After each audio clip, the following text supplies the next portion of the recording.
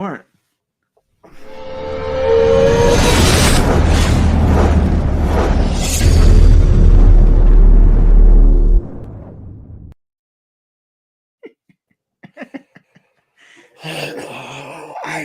Somebody asked me if I still do this show today, and I said, yeah. And they said, oh, it must be doing great. I said, no. They said, why do you do the show? I said, I don't know. So we're going to try to keep it on the rails, but you can't get rid of us. No, considering that is what I said. I said, I do like the guys that I do it with. However, I'm debating that after what just happened behind the scenes because I have a headache now. We are going to try to keep this on the fucking rails at this point. We're going to cover a couple things. A lot of rumors. Dom, Dom, how many times do I go after you in the chat? I usually just let shit. You post whatever the fuck you want. I don't care. But I posted something this week. You did something. No, you did something so wrong that I literally took your comment and said, read this, and then read what you said, and you chose to do neither. I read it, and that's why I posted it. That was the clip that was supposed to be in the show, and they cut it out. Who his Jedi Master was? No, it never said that, Dom. No, Dom, I literally clipped out the part. Dom, I literally clipped the part. You didn't read shit. You didn't. They put in parentheses. Jedi Master. It said nothing with John. It just said Jedi. The Jedi that found. No, it did not say that. Okay, stop. We're muted. Everybody's getting muted right now. We're not even getting into this. The point is, I usually don't go hard on him. He put something in the chat. I said, Dom, please read it. He said, I did read it. I said, please, Dom, stop. I said, please read it again. He chose not to read it again. So I specifically clipped out the point where it said, we're not saying any of this is true. I clipped it out of the article where it said at the end, we're not saying anything what we just said is true. Dom, I go, Dom, what does that say? He goes, yeah, it says that he's a. I go, Dom, they just said it's not true. And he couldn't read it. He said, I didn't say that. So then I clipped up what he said and put it down there and just said it is. I felt bad. I felt bad doing it to him. I felt bad doing it to him. It was like spoiling Christmas to a fucking like 8-year-old. Cutout scene. They cut it out. They deleted the scene. A cutout scene of a Jedi. No, they didn't. Hold on. They didn't delete the scene. That's not what they did. But don't worry about it. We'll probably get into it later. No, that's not. That's where you're getting in trouble. That's where you're getting in trouble. Hopefully, I'm not losing the battle this time. I am not losing the battle this time. I plan not to because I'm sticking to my plan. I'm freaking sticking to what I seen and what I read. End of story. Let's go. Let's go. Yeah, because you don't read. I do read. Let's say hi to the chat. I can't believe it. I try to keep us already on trail. You guys have already got us off trail. GTK Comics, thumbs up. Hi. Star Wars Sunday with the Dark Side crew with all the craziest in the world. I need some laughs, rants from you, dude. It's crazy back here. I said, I was trying to be nice there and say I very rarely go off at Dom and chat, but this week I had to do it because he's already on the fucking tilt. Insert uplifting stuff or comments. Cool. Oh man, I hate StreamYard. Have a good show. We'll need fellas. It this week. Thank we need you. uplifting comments. Hi everyone. Probably going to join late. Okay, watching football game. What game is it right now? I think it's the Ravens. Bills and Ravens. Is it tonight? Is Bills and Ravens? Bills Ravens. All right. Well, we should have probably drafted Kyle Hamilton instead of fucking J-Mo. Go Apples. Go Sports. Okay, cool. Apples. Go Sports. Yeah, go Sports. We like sports. Happy Sunday, Dark Side. Should almost be over. What's going on? Wookie Fanatic. Happy Sunday, Dark Sider. Is it? Sanders? Yes, it is.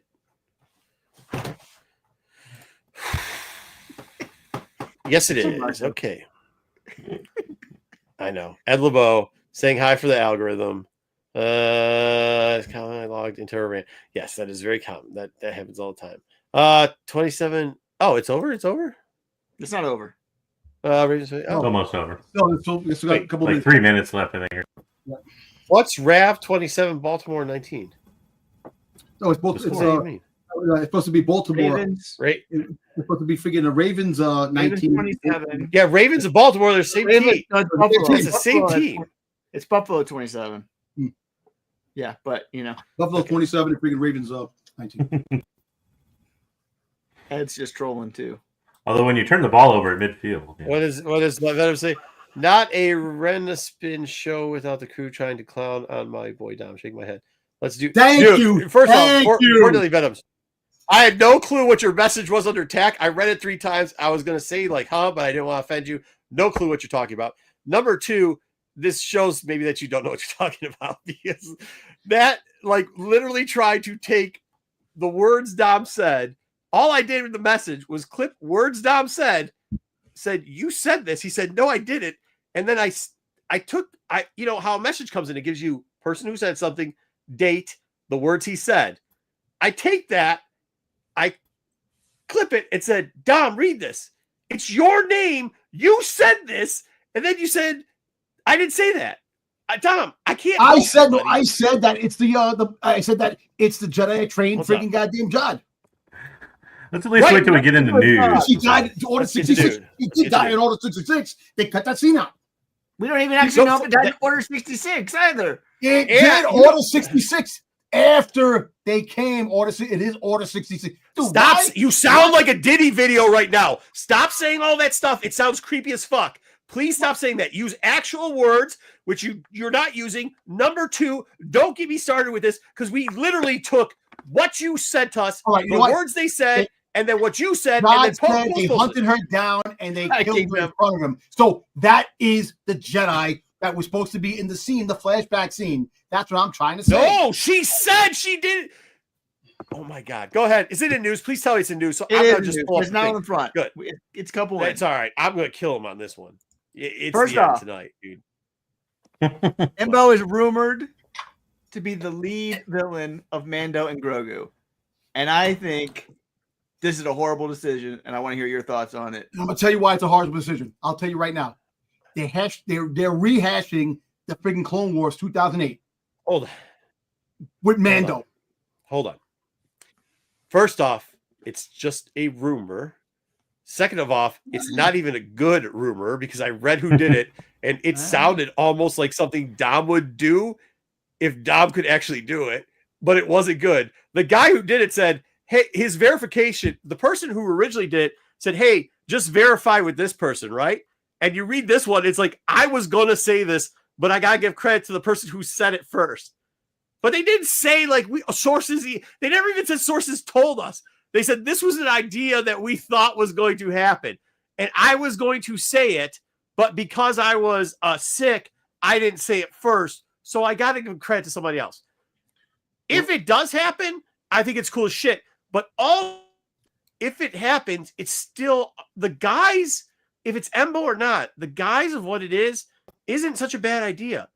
You're going to reference back the kidnapping, which, by the way, if you reference the kidnapping, it is not unplausible to not only maybe see Embo, but also see a certain character, because we're not getting a fucking Book of Boba Fett 2, but a certain character that we saw there who also has a link to Roto the Hutt. That's not unplausible. And it's also not implausible that Dave played the voice of this character. I completely agree. It's not plausible. It's very plausible. I don't think Embo is a big enough villain for a Star Wars movie. No, I think it's Cad Bane. I think they're bringing Cad Bane back. I think they're bringing Cad Bane back. I don't think he's the main villain. He's the one they hire him, but I think there's some big rumored to be lead villain. Yeah, but you see that it could be. But the whole fact is, you were all excited. No, hold on, Dom. Lead villain. No, Dom, you can't do this. This is what we told you about the other article. Now you're saying, well, maybe that's not what it is. No, I mean, hey, look, this is cool. It's good news. We're going to check out how this is moving books, kind of some of the stuff we're doing later. But I do think it is Dom. I think you're out of pocket here. Dom, although crazy because he talks out both sides of his mouth, he's kind of right on this one. It's not a bad idea. Well, he just said it was a bad idea, then said it wasn't a bad idea. So I don't know. What side are you talking now? Tell me which one you're on. The way to describe it, I understand. The 2008 Clone Wars it didn't get a lot of praise when the series came out. When they had the whole series, that's when the Clone Wars got better. But to try to rehash it, to do a continuation to the 2008 movie, I don't know. Like, I like Embo as a character. We want to see more Embo. We always talked about Embo in movies and stuff like that. Because they don't show his character a lot. For now. But I just don't like the premise of what they're. Hold on. I don't. They're not kidnapping a fucking big ass. No, they did a hit. They put a hit on him.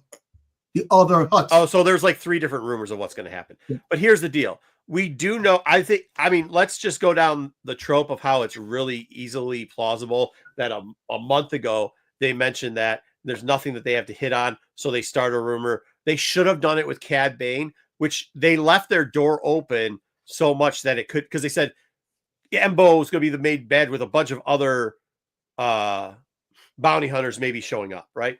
I don't actually, if you're dealing with Roto, I do not see it as being unplausible that you have bounty hunters showing up, including a bounty hunter that they purposely denied us dying. And one, by the way, that Dave, who's in charge of this production, voice. That's all they did. They went, okay, let's see what character, we can't do Cad Bane because he's dead, but oh wait, Dave Filoni voiced this character? Okay, that's the character we're gonna use. Like, that's how the rumor goes. Now, if it's actually true, I still think that could be decent. They could actually have something like Darth Vader, Roto being the Vader, because he doesn't come up with any original ideas, and then having, instead of Bosk, instead of Boba Fett, you get Cad Bane, you get Embo, you might get a couple other people that I'm not going to mention yet because I don't want to drive people crazy, but you get a couple different bounty hunters in there, which I don't see a problem with that. I don't see a problem with it. It just depends on how they use him or them. I mean, I would be okay with that. He can't be. Do we know when this takes place? Like in the Mandalorian timeline or whatever? Not quite. They haven't after season 3 somewhere. Yeah.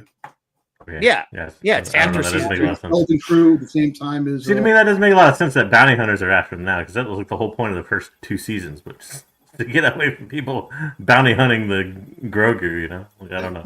I don't know if they're after Grogu though. No, they have to. No, the Hutts. The Hutts. They don't know what Hutts it is. It could be the Hutts that were in the Book of Boba Fett that put a hit on Rada to kill him, but he's not part of the throne anymore. What? Hold on. Stop. We're talking about a movie. That part doesn't make any sense. We're talking about a Mando and Grogu. Yes, Mando and movie. I'm just saying. So why would they stop the middle of the movie to have people put a hit on a Hutt? It could be. It could be the first part of the movie. Could be basically, he's protecting. Rada the Hutt. It could be the first part, and the second part has the Empire in it. Because remember, there's snow troopers in it. There's they're on an ice planet. It looks like the Empire's in it, so it could be a mix of both things. Like the first part of the story has about Rada the Hutt, and then later on it goes into something else. Like it's not, it goes into something deeper. That's the first part. Like if you watch the TV shows, they have like the bounty hunters one scene, and then they go into like a bigger story. Like in Clone Wars. This movie seems like it's just gonna be like unending fan service. Wait, yeah, Dom. If what you said is gonna happen, it's gonna suck, and they shouldn't call it Mando and Grogu, because you're just saying throw every fucking person, every person that they ever had. And I'm not saying throw every person. The fact is that they're talking about that Rada the Hutt. Well, it's not a fact. Stop saying the fact is, because you keep saying that's not facts. Your opinion. It's not fact, but if it's just that, then the movie is gonna be just about bounty hunters and stuff like that, which is cool. I'll take that. But there's gonna be more. What movie is that, Dom? That's not Mando and Grogu. But that's what he's doing. He is fucking supposed to be. He's hired to protect Rada the Hutt. That's what he's doing. That's what that story's about. That part. Why would he go to work for the Hutts though? Yeah, what? The Hutts. You have the Hutts from there's still Hutts alive. They put a hit on. Yeah, I know. Because what I don't understand is that if Rada the Hutt is the son of Jabba the Hutt, wouldn't he be going for the throne that fucking Boba Fett's on? Why would they want to kill Jabba the Hutt's son? Because that's all Hutts ever do. They always try to kill each other. Kill each other, yeah. Yeah, because that's what remember Muscles the Hutt? Yeah, Goku or whatever. Goku. Yeah, that's they all they do. War the bounty hunters, and they said he spared freaking Jabba the Hutt. That was the only Hutt that lived. But I'm just saying, right? I guess, but that movie's called The Hutts. That movie's not called Mando and Grogu. But the Hutts put a hit on Rada. They pay Embo to kill Rada. That's what the rumor has it that's going to be. I don't know if that's the exact thing they're doing, but I hope there's more of a substance to it. I hope that freaking Embo is not the main villain. I hope there is a bigger villain that's in the works. It's not true, Michael. You don't have to worry about it. We're just letting Dom make shit up. In the hut. Love it, Zaggy. Yeah, I don't doubt this too, that there'll be a lot of fucking fan service, but Seems that way. it doesn't. Yeah, well, no, what Dom says makes no sense. They're gonna start the movie off with fucking just bounty hunters trying to kill Rhoda the Hutt, and Embro now is supposed to be the one, but the one guy that had like semi of a heart as a bounty hunter is gonna be the guy that becomes this ruthless Cad Bane type killer. And I hope he has his freaking his little wolf dog with him, and he freaking slides on his hat in the snow. I hope he does that. Yep. I don't know. I think it's gonna be a hard character to bring to live action too. To be honest, I think it will. I think so too. I hope he comes, but I don't think this is real. It could be like a one and done, a small cameo, and then later Here's on. the problem. Here's the problem with it. He gets shot like Greedo. Dom, and here's the problem with it. We saw how the Rhoda news came out, right? Yeah. Came out. Real sources sourced it because of the thing. They double checked that they came back.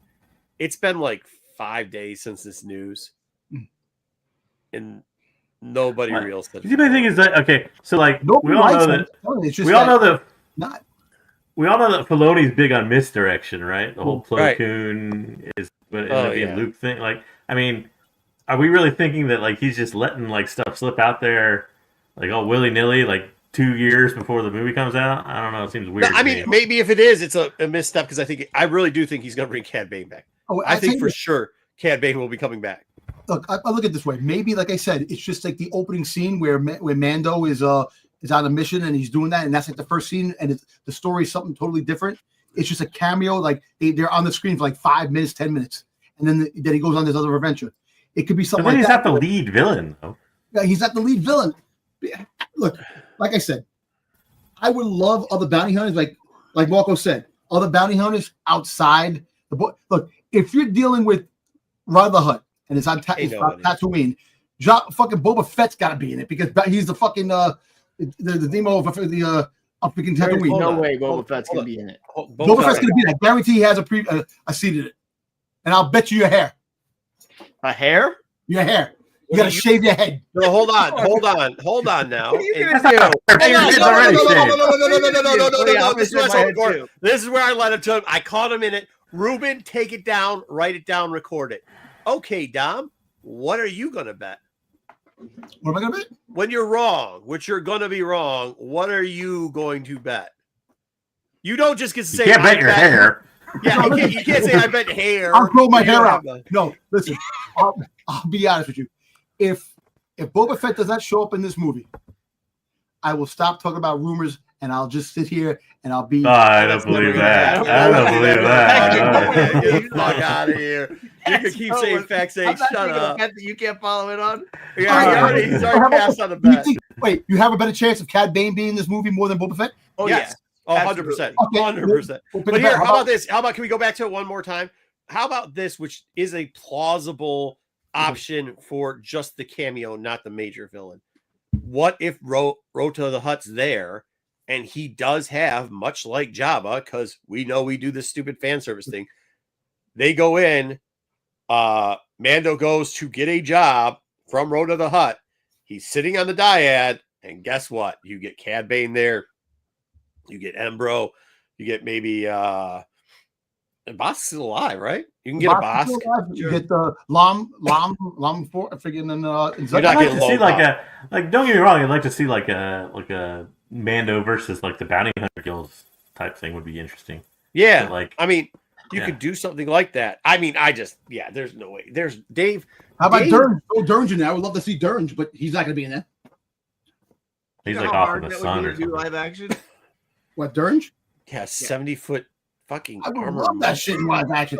They have the technology to do that. That'd be fucking awesome.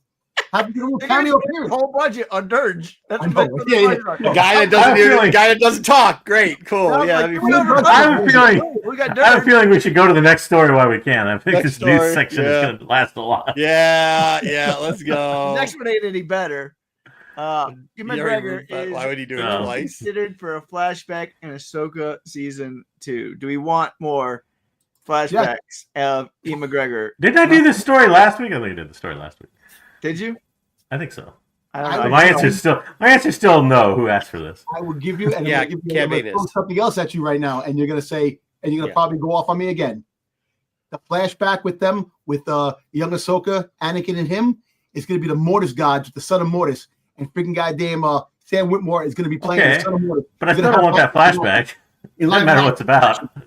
I feel like this is going to happen because Ewan McGregor's been pushing for a new series, and I don't think he's getting a good new series, and so they're going to make him happy by giving him a flashback. I mean, Hold on, we hold on. creepily That's de-age him like we did Hayden Christensen though. Like, Hold are we on, gonna, hold on. I'm sorry, but the flashback in Ahsoka was, or whatever, was it? What the fuck show was it that they did? The It was flashback? Ahsoka. Ahsoka. That was fucking It beautiful. wasn't really a flashback too. It was more of a vision. But yeah. Okay, but I don't give a shit. That was actually one of the better parts. So if they did that right, I don't have a yes. He's begging. Yeah, to but the get back out problem there. is it served a very specific purpose, right? So like, I mean, are you gonna keep going back to that trope every Cat time? Zuckus. You need to like, I don't know. Rolo and Zuckus. Yeah, for sure. Yeah. No, I mean I think- we could do both. Like we could have that again. And yes. Wait, are you asking me if he's going to go back to the same fucking trope that he's done 100 fucking times? JJ, are you fucking dumb? Yes, of course he's going to fucking do that. Of course he's going to fucking do. Are you fucking kidding? That's all he fucking does. Listen, I wouldn't mind if What Force are we Ghost, doing today? you know, Yes. Well, go ahead, Dom. What were you trying to say? Because I can't deal with crazy today. And listen, what John, what Dom? It's with Boba Fett that go to the Mortis gods. It's gonna fucking happen. You're gonna see a live action of that shit. It's gonna happen. Tom's on a roll tonight. I don't even Oh know my what he god, just I'm said. thinking these I don't know. rumors fucking get me going. Sigourney Weaver, Yeah, rumored to play an Who did that? extremely small role as a colonel in Mando and Grogu. So he's going to be like Mandu? Who's Christopher Lloyd? Mandu? Who's Mandu? Christopher- what? Oh, She said Jesus. Mandu. Mando. Sorry, Mandu. It's going to be like the Christopher Lloyd situation where they're bringing in a famous person to play a really small role. That's the rumor. Yeah. It's a colonel. So You know, you hate this, Dom. I do hate it because they waste a character like that. That she could be something more. Look, are they going to address Carl Weathers' position? As he passed away. That somebody has to take over the bounty hunter guild. If the bounty hunter guild still exists, I already gave that up. I thought he was well, mayor of the town or whatever. Yeah, I'm gonna say but he gave the power. But who, like the bounty hunter guild, has got to have a new person that's going to be running it. Ro- Now, I Ro- would the have Hutt. said, It's Embo. Run the Hutt. Embo, shit, Boba Fett, but it's not gonna happen. How does this relate to this story at all? But no, Awesome. but her neither the character. I hope her character comes back in later things. Make a Who? cameo. Sigourney Weaver's character. You haven't even seen the character. You Yeah, hate no, the she character. Why is. would you, like, I don't know. It's a small world. what is a colonel officer? A colonel is an officer. I know. It's just the writing of it. I don't know. What is- I thought he misprinted something there. No, I thought he it did was too. supposed to be colony officer. I was like colonial. I'm like, what? But that Yeah. makes no sense either. Colonel. Yeah, she's playing Omega. Wait, Yeah, anyway. hey, could be. So Dom's gonna have another Christopher Lloyd situation where he thinks he's gonna be a really important person. But I'm telling you right now, Dom, this is put in the news. Don't expect this person to be important. I didn't say it's gonna be important. I said I wanted her to be important, but I know she's not. I Wait, know, what did he he did say? say Remember Christopher who did Lloyd he say was Christopher important. Lloyd was going to be? A Was it man, Christopher old Lloyd? Mandalorian. Leader of the Mandalorians or something. Mandalorians, yeah. No, So that this- one I'm scene. preparing you. Like the Mandalorians come to Tatooine and they go. Yeah, after the rumor that threw him off was he's going to have Mandalorian armor and everything, which was not true at all. Dom, you might That's be right. the thing, man. They Him, bro. fucking lost the opportunity. That's the same. Hey, by the way, that's the same people that gave us the fucking Embo rumor that he sent us too. By the way, I might add. Fucking Okay. keeps falling for the same Can shit. totally please Alright. don't. Oh, here we go. Here we go. I should have already bought a new keyboard because I'm going to break this I keyboard. want to fuck I'm up gonna shit. fucking because break it's this so out of keyboard order into to fucking I Wait, want- wait, wait. Let's read the news before we get And started. I was going to say, give the context first. Mastery revealed on Instagram that she played a Jedi in a single scene, which was cut from Skeleton Crew. End story. She's the fucking one that found Jod. And she was killed in Order 66. First off, it No, generalizes. okay. Go ahead. Go ahead, Marco. Go ahead. It very generalizes what the article that Dom gave us and then what she gave us. She told us that she practiced a scene with her son, and it made her very proud. And then when she said wrapped, so she did but say she said but she said when it wrapped, I went in to tell the crew that they made. But it was, speech. so if you read it, if you read it, even though she didn't get to be part of the show, she told the crew, "You still made the first, what was it, Palestinian Jedi?" And it's because she became a hero. Female Arabian or Arab. Yeah. Whatever. Okay, whatever. John, whatever. To her son. That's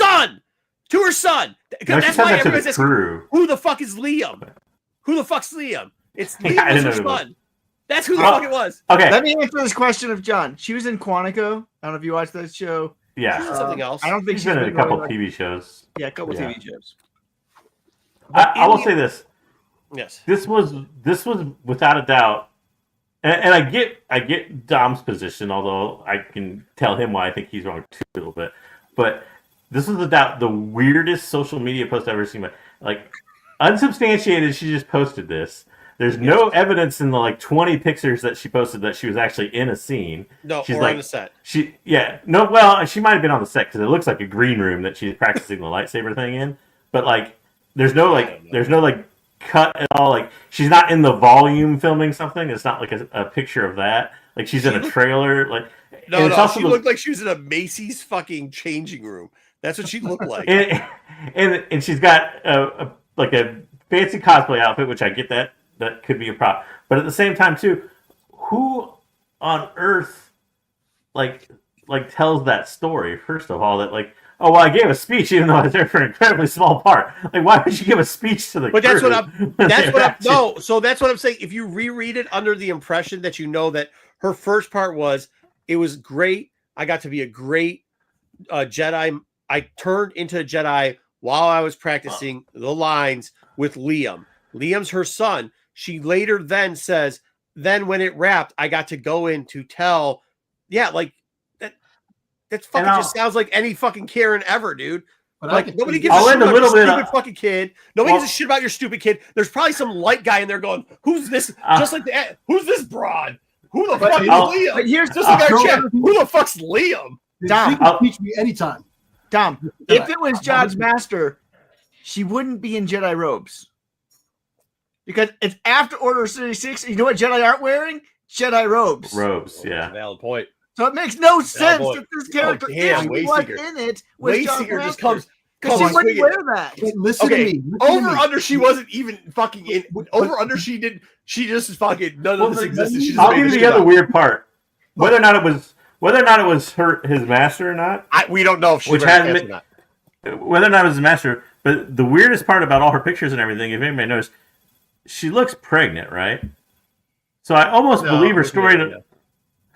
I almost believe her story in that maybe I hate to say this because it's something you're not supposed to do. Maybe you're not supposed to hire somebody and then they come to the set pregnant, and you didn't know that, and therefore your small Jedi part gets cut.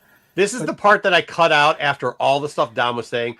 We don't know if this was indeed Jod's master. After they said this is Jod's master, they literally said, we don't know if this was indeed Jod's master. Yeah. And I asked Dom, that's in there. Did you read that? And I did read it, but I wanted to answer Figured Waveseeker's question really quick. She can have robes on if she was training Jod before Order 66 happened, and But that's not what Jod said. That's not what Jod said. She clearly got Jod after Order 66. No, it wasn't Order 66. No, hold on. Did you watch the TV? Dom, slow down. Did you watch the TV show? Because Jod didn't say. Jod said she found me while I was on the street and she was being hunted. That's what Jod said.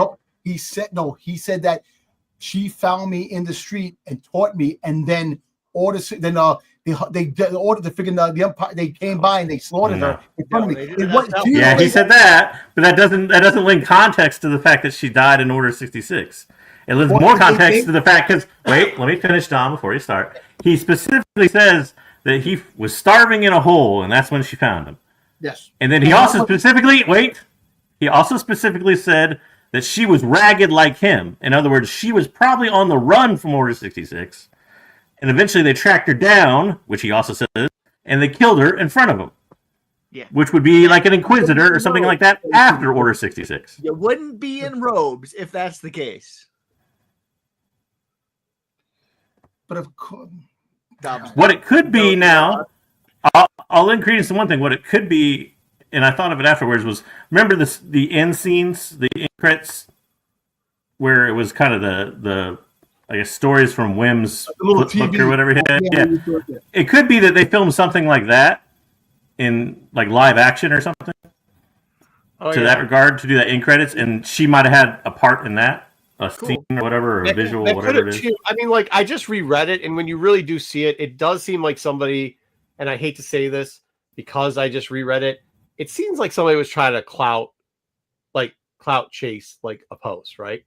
So they were saying things so they could get likes, but a lot of it is like, this is just because I'm the first Arab ever to be a Jedi. My son, like it multiple times says, best mom ever to my son. My son's hero now.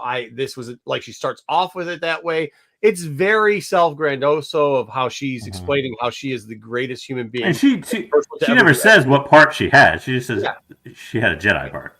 Yeah. So, I mean, I think it was just taken a little bit far. I looked at the pictures. It didn't look like she's pregnant. I don't know what you guys are talking about. But then again, I also wouldn't, that's not a mistake I'm willing to get smacked for. Right, I'm not going to do that. The one thing I'm never going to say, lady, is, "Ooh, you look pregnant." Yeah, I'm not doing it. So, but yeah, no, I mean, like, I just thought it was intriguing that the first time I finally decided to read something garbage that Dom posts, it literally says this isn't true, and he, like, you could clip it and show him, and he just still won't believe it. Nope. Like, he'll read something, and he'll say at the end of it, "This isn't true." You'll be like, "Dom, did you see where it says this isn't true?" And he's like, "Yeah, I saw that," and then he'll go, "But it is true." But the person who just sent you something said, "This isn't true." And he goes, "Yeah, but it's true." I just don't get it, man. I really don't get it. So, all right. Well, I mean, good luck to her. Not Liam. Sorry that your mom just is trying to use you to chase clout, I guess. I don't know. That's why you don't name your kid Liam. 2 fucking L's at the beginning of the name. What kind of name is that? Oh, I didn't know that with Liam. Come on. Liam Neeson? Yo, yeah. My son, so, are we done? We moving on? You done? Yeah, I guess I am after that comment. You guys are calling some bitch pregnant? Oh, that's okay. I didn't do it. She ain't pregnant, but let's start calling her. Can't tell she's like a couple pounds pregnant. But this is we say names that start off with 2 letters like Aaron is fucking stupid. Yeah, okay, I got it. If she found me, she could trade me any day because she was Gigs, throw something at him. Giggles, throw something at him. Get yourself in trouble. Yeah, we won't tell you. Jude Law said he's not hopeful for season 2, so it just doesn't work well with kids. So he actually said, "I don't work well with kids." No, it doesn't. Somehow doubt that. The kids get too old. Oh, I see what you're saying. Your headline pretends like he doesn't work well with kids. No, he just what?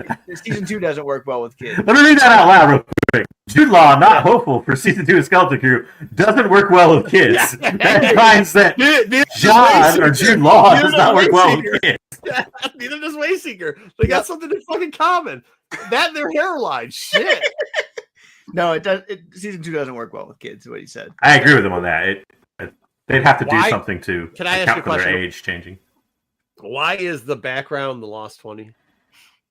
That's what I found. I loved it. I don't know. Maybe he was one of the Lost 20. I don't know. Somebody speculated he was one of the Lost 20. Jude Law and Wayseeker hate. They have that in common. They both hate children. But yeah, I agree with you. That's why he likes to play that character. Real quick, our first toy guy. Shout out to Gonzo. He actually made slides that were good. Shit, just saying. Like he actually. What's up? Yeah, we got some more season 2 stuff coming up here, so we'll just go through this one. There were no Christmas rating bump. That's what it meant for Skeleton Crew. It did not. Episode 4 was bad, and it is officially the least watched Star Wars show by a wide margin. I mean, what was the rating? I haven't looked at it yet. But here's the thing too.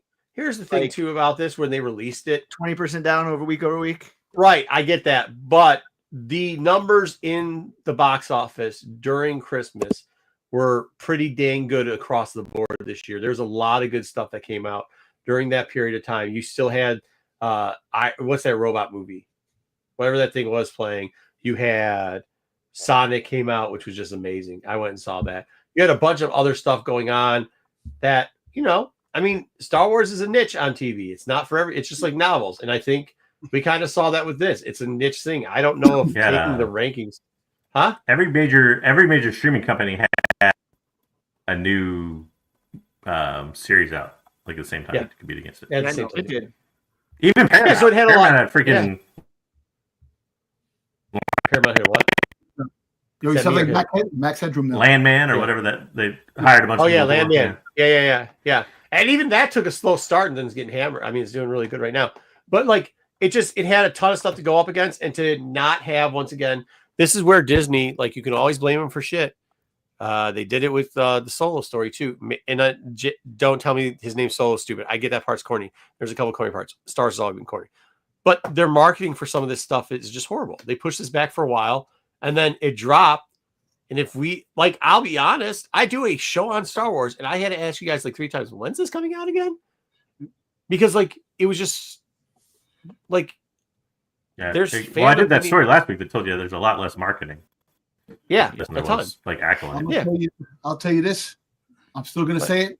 Solo better than The Last Jedi, and friggin' Skeleton Crew better than the friggin' Acolyte. I don't give a shit. No, hey, whoa, slow down, Junior. I don't know who's gonna argue with you on that. Ain't gonna get an argument out. Hey, ain't gonna get an argument out of me. I know. Hey, listen, I know. Ain't gonna get an argument out of me. And it sucks because JJ might argue with you. Me and my wife were talking about, and she just turned around and told me Solo was a great movie. And she goes, I don't know why I didn't get the love it got. She goes, it did later on. It took a while to get there, but it did later. I do love that movie. Yeah.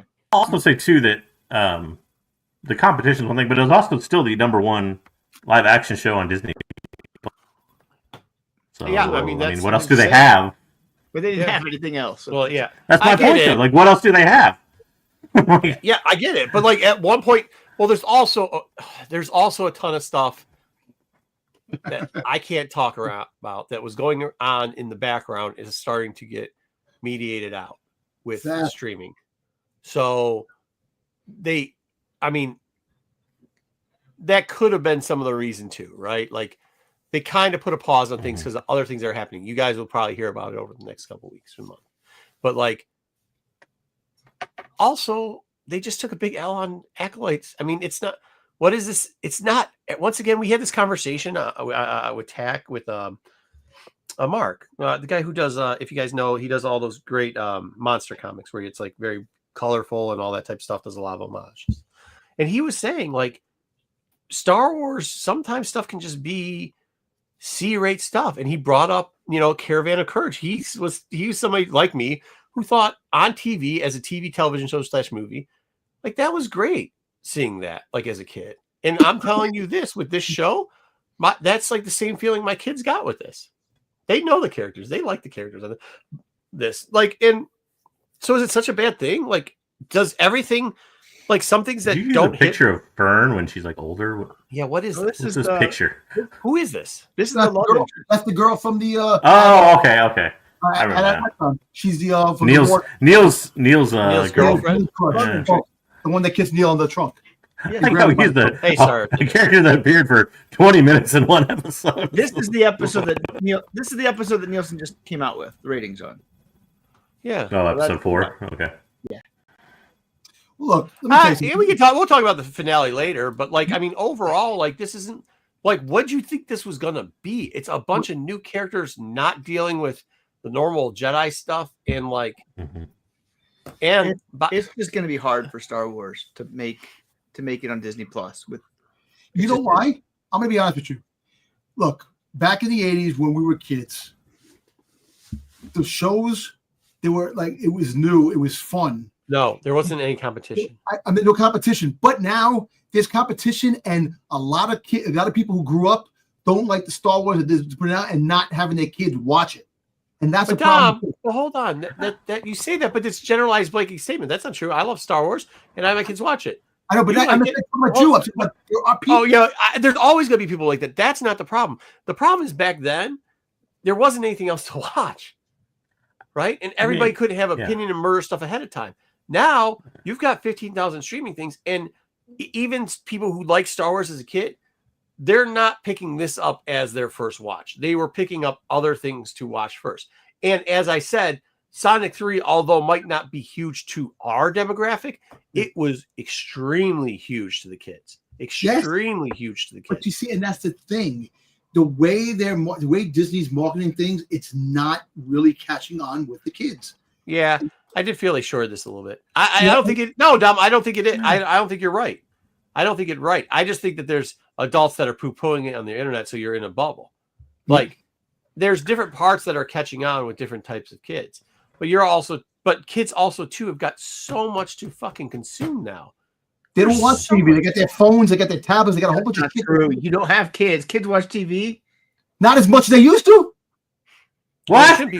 Yeah, because they watch their tablet. They got their phone, but they're not watching Star Wars on their tablets. They worry about social media, freaking Instagram. No, you don't have kids. Yeah. Dom, you don't have kids. You don't. I don't have kids. I know. How about this way, Dom? I guarantee you, Wayseeker pulls up ratings right now for Nielsen. I guarantee you, one of the things that's still up there, and it'll be up there for almost the entire month of December, is Red One, that crappy movie with The Rock in it. And there's a reason they released that in the middle of November. Is so they could put it on streaming before Christmas for a couple of weeks, and it would get huge streaming ratings for them during Christmas time. And it's not because adults want to watch Red One that much; it's because kids. No, I mean, it's a kids' Christmas movie. Here we go. Here we go. Ready? You guys ready? I can just do this because I don't watch a ton of Netflix, but just for Dom's point here, let me pull up the family Netflix account and tell you what's been watched most recently and last. Okay.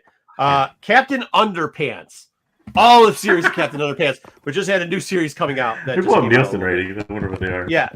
Elves, Lego Elves. Gabby's Dollhouse. Huge player in this one. Batwheels got some play over the holiday weekend. Sonic Boom. I don't know what that is, but I assume because they watched the Sonic movie, Sonic Boom and Shadow Sting came out too. Those both had gotten good play during the holidays. Okay. Bread Barbershop. I don't know what that is. Yu-Gi-Oh! Whatever. I don't know what that is. Floor is Lava. Don't know what that is. I mean, these are all things that the kids were watching. Kids are on all the time. All right, all the time. SpongeBob the movie just was recently added. That got watched. There's more different things that are on. Yes, there's a lot to watch. There's no doubt about that. But there's also other things, devices and drones and shit like that. Kids rather have than watch Star Wars and do things. That's the problem.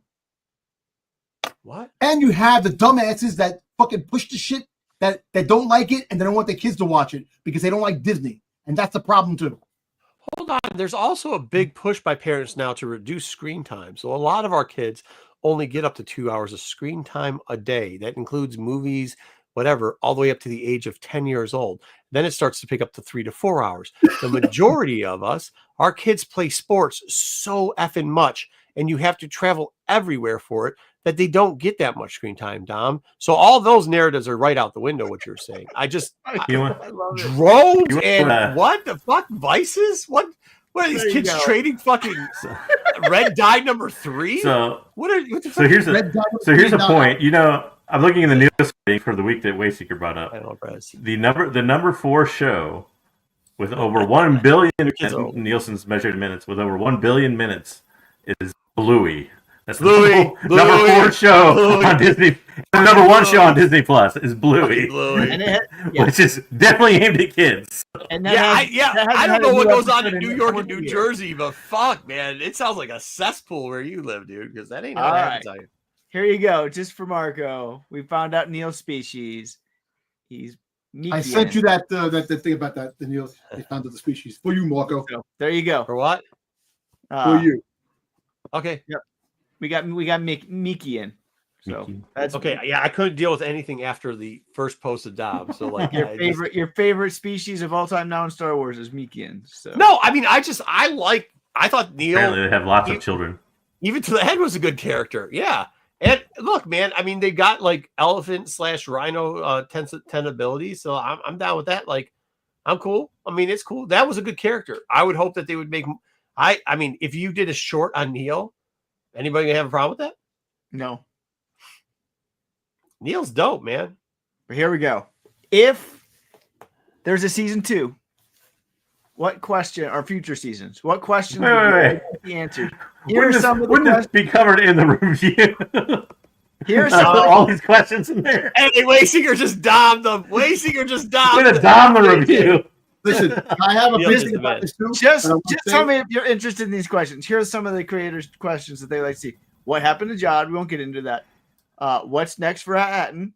Neil and Hana's future. We got a little love connection there. And will Wim join the Resistance? So that's a take. Yeah.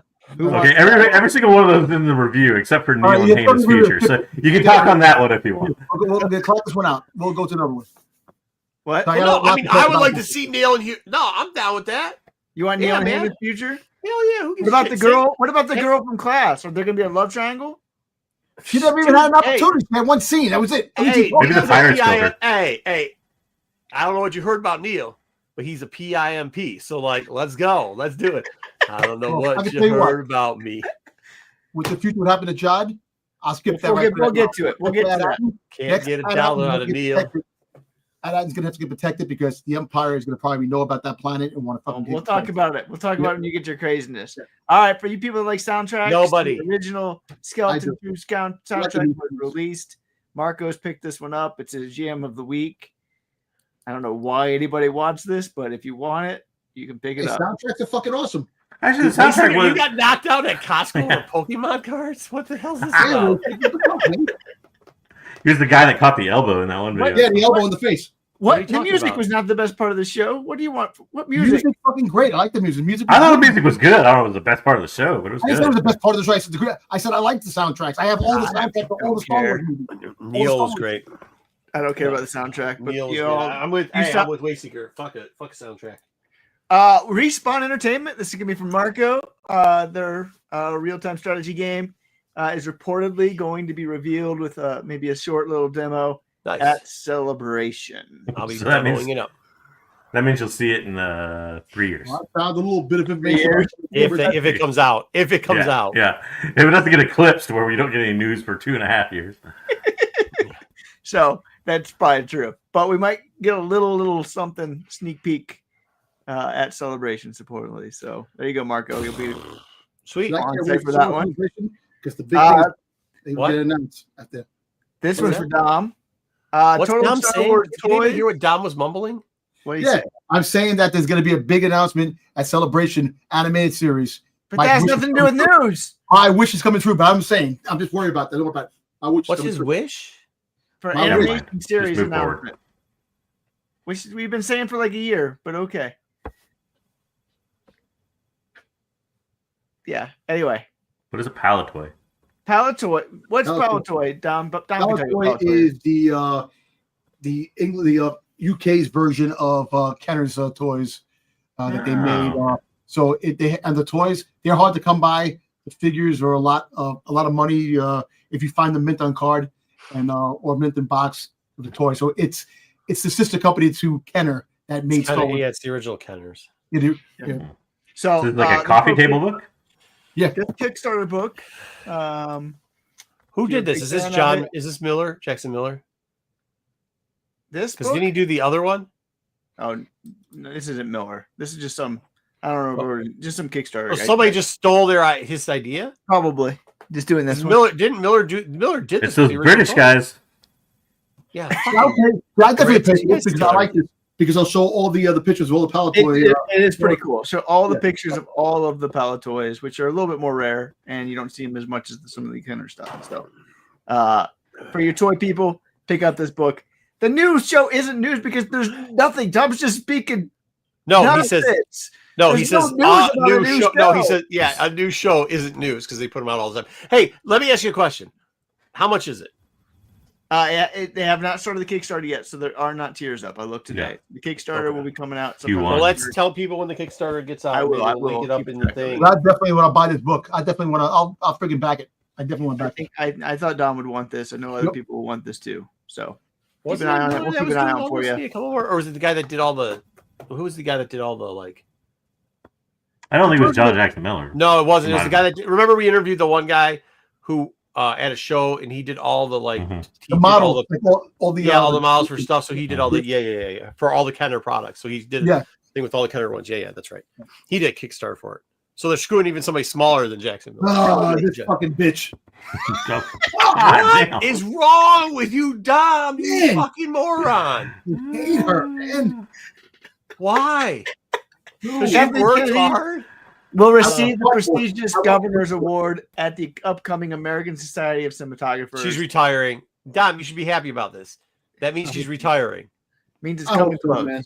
It's coming to an end. Yeah, Denzel got it. I mean, this is like this is one of the most prestigious awards that you can. Yeah, have. this is You your should be happy. Twilight.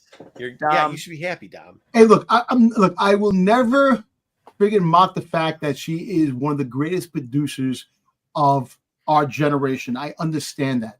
But she's not a good for Star Wars, man. And I'm gonna keep saying that. You know, she's good at everything else. If she would have kept the fucking paws off a lot of shit, things would have been better. We wouldn't have the fucking fandom killing each other because of the shit that's been put out. Oh, yeah, No, Dom. You know what we wouldn't have had if there wasn't the internet? We wouldn't have had that happen. It has nothing to do with her. But I know, but there was still. No, you don't know what you're talking about. It has nothing to do with her. No, you don't. No, you don't. It's just like that article when I asked you, did you read the words? And you didn't read the words. That has nothing to do. Well, okay, then you don't understand. How many people do you fire? Hold on, time out. Hey, it was 5 words. You can't understand what 5 words are then. I don't understand what 5 because you words don't are. understand her job. Like you don't. We've gone over this before. Your anger and hate. Hold on. I'm not done. I let you go on these weird rants. But when you're out of pocket, sometimes you got to get called out on it. You do not understand what her job is. I've asked you before to try to explain it. You have said some of the most craziest shit I have ever heard before. And then you proceed to talk about how there is an element of toxicity that just shits on everything. And this is their main target person to do it on. And you say that you hate that they do it, but then proceed to post those people's shit in our chat saying, I'm just saying, facts is, I'm just saying, facts is. Once again, you should be happy because whatever your feelings is on this woman right here, if she's getting this war, she's leaving soon. That's it. You should be happy. It's too late. Look at the goddamn fandom. Look at the state. The fandom's still shitty. The fandom will rip itself apart no matter what. Hey, by the way, hold on. Dom, go to Celebration. When she gets on the stage, not one boo. The fandom doesn't have a problem with her. She goes to Celebration. She gets a standing ovation. So the fandom doesn't have a problem with it. The trolls on the internet and the ignoramuses that can't figure out when somebody's pulling your fucking strings on the internet, they're the people that have a problem. Internet. I'm just talking. It is the internet. I'm gonna ask you something. When she took over for freaking George Lucas and he said over the thing, I am gonna honor Star Wars. Troy Williams, you're just a dumbass, though. I said I'm gonna freaking honor what Star Wars is about that you brought through the past. Then he gave scripts. They threw everything fucking away, and they goddamn shit on this fucking thing. Who? Wait. Who? No. Who are you saying? Are you saying the guy that was? Let me stop yelling at him real quick. I want to ask him something. I'm not yelling at him. Yeah. First off, who did George Lucas pick as his replacement? Yeah, he picked her. Okay. I'm gonna say, all right. No, hold on. No, Dom. One more thing. Every time they do a behind-the-scenes shows, who's there saying these are all the right decisions? I love John and I love Dave. Oh my gosh, they consult me on every single thing. I tell them what to put in the Grogu. I tell them about Book of Fett. They use my idea on this. I was the first person to see Grogu. Who is that? Please tell me who that was. George Lucas. But let me. So now, wait. What were you saying now? Well, no, hold on. Now, let's rewind the tape because you just said she took George Lucas, threw him to the side, and threw out all his shit. But every time we see George Lucas say some dumb shit, he never had scripts either, Dom. Yeah, his script was one page that said, "You know what I'm saying?" He had a Dom script. He had a lot of stuff that was going to give it, and they threw it aside to make their own stuff. She fucking shoved Rey down our throats, saying that she is the future of Star Wars. She is not the future of Star Wars. That's the problem. Dude, they shit on fucking Luke, Han, and Leia. I'm sorry. They shit on the legacy characters that brought it. How? Boba Fett. Fucking Luke. Han. Fucking Leah passed away. You wanted Boba Fett. I know. Nobody wanted Boba Fett. No, I wanted You Boba wanted Fett. Boba Fett. Then you said it was great, and it was Boba Fett. Well, I'm You still want trying a to fat. figure out- Hold on, stop. You want a fat old dude to play Boba Fett. You asked for that dude. You Listen, still that's- think that dude's good at it. He How- walked out. You want to talk about somebody who looked pregnant? That Australian, New Zealand motherfucker looked like the dingo was about to have a motherfucking baby. All right, let me ask He you a looked like he question. was about to have a fucking baby. Dude, me I'm say- fat as let me fuck, say and one I thing. still am thinner than me that say fuck one thing. rolling out there. Why? I am Boba Fett. I am Mando Boba season Fett. two. I'm the Mando bad season guy. two. Come on, Let me shut say- up. Let me speak some. Mando season 2. We got John Wick fucking Boba Fett that kicked goddamn stormtroopers' asses. Then we get Mr. Bean in his own fucking series. That's what I'm trying to say. It was her. That wasn't her. She didn't do anything. That wasn't It was her. it was the same guy. It was literally the same guy. She signs off on all of it. She's She's there. she's like She hanging writes out the there. script. She Hey, does by the way, you know you know who was on site giving tips and saying that it was amazing before it came out? George Lucas, who said Before it fucking came threw out. all this stuff away. But let me tell you something. The whole fact is that I'm Yeah, telling you- before Dave too. You want to Oh, hey no. Dom, you want to blame somebody? You want to blame Dave and John? I'll let you shit on them all day. Or blame George Lucas for I'm picking not her blaming to John. replace him. because John his back was against the fucking wall. Thanks, Mark. The shit that's going on in Lucasfilm. I'm sorry. Because he fucking created Mando. Mando season 1 and season 2 were the best fucking things. What happened to season 3? That shit was a dumpster fucking fire. Season 3. I'm sorry. Okay. Well, maybe you should But ask hold on, John season Favreau three- that question. Hold on. Season 3's after John, after 2, John got a promotion. He was actually in charge of all season 3. Dom, that's how it works. I don't know if you've ever gotten a And all promotion, Book of Boba but Fett. typically when you get a promotion, you move up a spot. That's what happened with John. He moved up, it was put in charge of all that, and Dave got a promotion, got put in charge of all that. If you have a problem with season 3, what you just said is the dumbest thing I've heard. When she was in charge, 1 and 2 were great. When she gave them promotions and they were in charge, it was fucking horrible. But the whole Do you fact is hear that- what you say? No, because when No, season stop Listen, talking. listen. Stop talking and listen to what you're saying. When she was in charge, you liked the seasons. When she wasn't in charge, you hated them. It's her fault. So it's They her had a fault for fucking goddamn. They had to sneak Luke on the fucking set to have Luke in it. She didn't know that Luke was in it. She was pissed at them because she didn't want fucking Luke. What are you talking about? I don't even think it's a thing, but even if it was, that's how you keep a secret from being revealed. Listen, at the end of the day, Was in it? What is he talking about? So she knows everything that she doesn't know anything. This is why, Dom, your blood Yeah, pressure is high, Here's bro. the thing. Okay, let's go. My only thing with her is, I'll say this to cap it off. Like, people want to blame her for everything. Like, maybe you should blame George Lucas because he picked her to replace him. And also at the same time, he had worked with her for years. He knew what she was like. And also at the same time on that, George Lucas may not have been that great of a producer as y'all think he was. He wasn't. But here, wait, let me finish. Remember at the beginning of the show, Dom, you said that the 2008 Clone Wars was one of the poorest received projects in Star Wars, right? And that was Dave Filoni that did that. George Lucas. It was Lucas that did it. I That know, was the producer. I know Lucas produces stuff. He's not a good. He's a good writer. He's a good writer, George What Lucas. did he write? But look, at the end of the freaking day, let me just say. No, hold on, Dom. Hold on. But she's not a writer either. She's just a producer. We've heard what you So said. she has the same role he did. Michael, now I'm done with this. Michael, you're right. I do have a problem with her. My problem isn't Ray either. My problem is she got John on there because she thought it'd give her pub. She then promoted him too fast to get Dave to be in charge of stuff. Instead of just letting Dave go through the progression of it, it has now hurt Dave's career. It has hurt John's career, and it's hurt Star Wars overall. If you want to criticize her for that, I'm willing to do that. Okay, I give that. I take that. So you don't like I take that. You know what? Good riddance. Retire. Get the fuck out of here. I'm tired. All right. Lucas Wars. It's an upcoming graphic novel.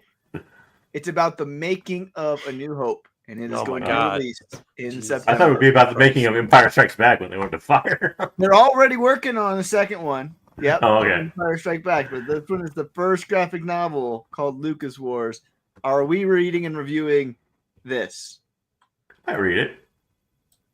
I'm not kind of excited to see how they put this in graphic novel form. You guys are fun. Yeah. I mean, I would buy this. I like the one. yeah, I would read this. I'll definitely read this. I'll read it. God, Dwayne you haven't Johnson. read Interesting. it in a long time, so I hope you actually read it. But I don't take you seriously until you actually start reading stuff. Is the war how he was feuding with the creator of Dune because they ripped everything off? I don't know. Is that Or was the war? it, or was the it how he war? originally tried to rip off Kenner, but Kenner got him, and then he got really mad Or about it? Akira, or Kurosawa's family being like, why you take every element from his movie to be in your movie? Yeah, Ruben, it's a graphic novel. So Or was it the time where he threw down a 1-page script and he looked over to what's his name playing fucking Obi-Wan Kenobi and says, "Yeah, don't worry about it. You just let them do it. You guys got this, right? You guys got this, right?" Or it was about him telling Carrie Fisher she had to weigh like 90 pounds and everything.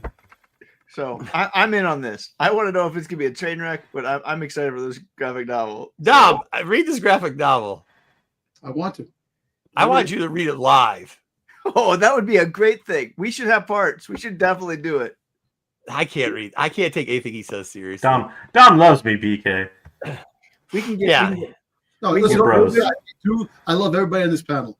I just get, I have my ways about me. And look, I understand where everybody comes from, this and that.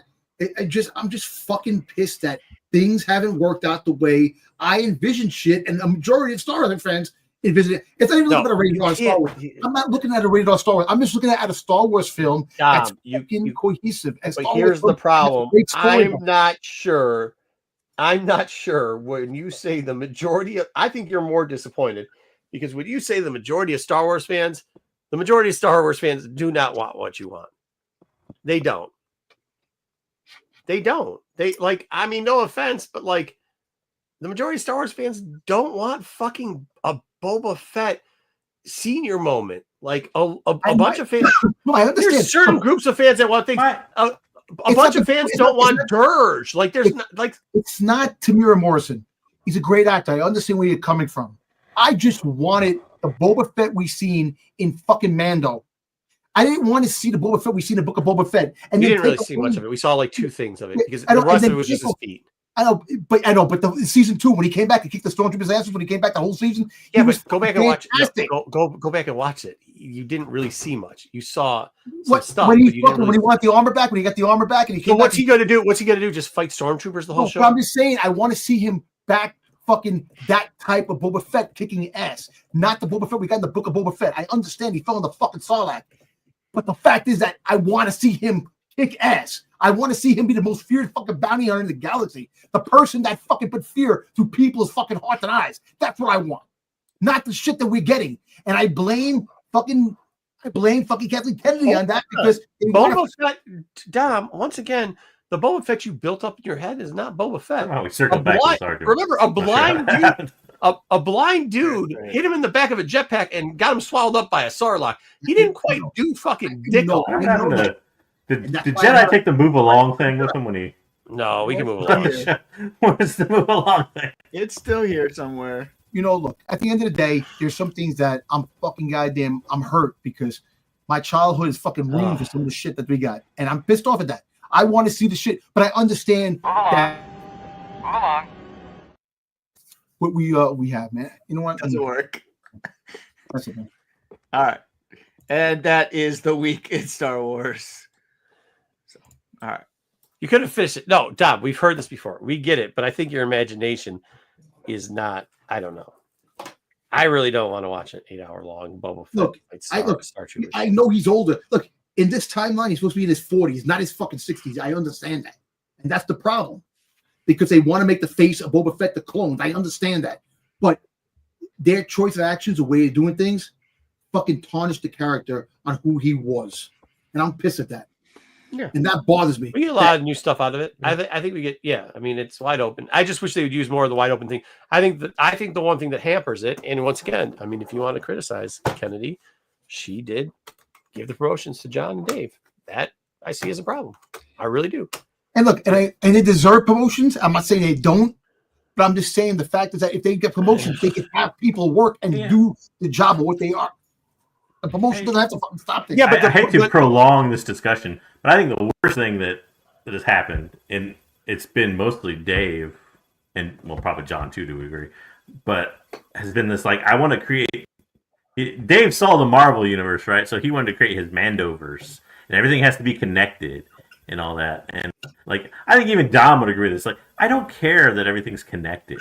Like, give me a good story, have it be separate. I don't give a shit if it's like, I don't need like everybody appearing in everybody else's series for an episode and all that crap. Make it a good story. I agree. Mark said that too. I agree with him too. No, I think but I think like what I'm trying to say is this misguided, like the internet gave it. If you have a problem, blame the right person. And I used to love Dave, but what JJ just said is 100% right. If you want to know who ruined Star Wars over the last 10 years, there's a finger to be pointed at a guy that's a short person with a fucking cowboy boots on and a weird ass hat. Because that's who's fucked up Star Wars. He has fucked it up left and right. He took good books and ruined them. He turned characters around. He did whatever he wanted. He bogarted characters. I mean, those dudes, he tried to turn it into Marvel, which he should have never done. He didn't realize the storytelling that was going on. Like, if you want to blame somebody, fair. You can blame him for that. But you don't. You choose to say that some mystery person who you don't even understand whose job is this fucking Wizard of Oz that is also somehow the monkeys, the witch's monkeys and everything. She can't be doing all that. That's not where her position is. Well, that's not like what she does. Steinbrenner and the Jerry Jones of fucking sports. No. She interferes. That's not what. No, George Steinbrenner. That's not. She's not. That's absolutely not her job. That is not what she does, Dom. Dom, I don't. How Dom? How maybe the spending money aspect of George Steinbrenner. Yeah, but she still has to get that shit approved too. Like, that's what I'm telling you. Like, she's not. That's what you are making her into. That is not what she does. She is not as important as you think it is. Anyways, let's move on. This week in comics. Holy shit, man. We haven't had one of these in a long time. Star Wars. Okay. The problem with this book is there's too much filler in the middle of it. And the art really has gotten to a point where, like, why are we even drawing panels? Dude, the fucking the what's the thing? The Bosk's race. Trandoshan. The Trandoshan didn't have eyes for like 90% of them.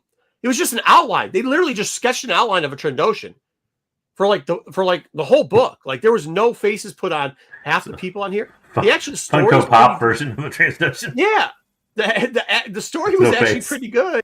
But like, the art is so bad that's taking away from it. Now, the ending was great too, but I think you, like, just as you get into the action part, you stopped it. Look, there's one book left. What are we doing here? They really should have just turned this in. They probably should have cut a total of like 4 books out of these 3-part series and just made it one 8-parter. One 8-parter, dude. Would have played. Dwayne's got a point. I'm not gonna highlight it on the screen. What? So Dwayne's got a point there. I'm not going to put it on the screen. But yeah. Look, it does look like that quite a bit. Yeah.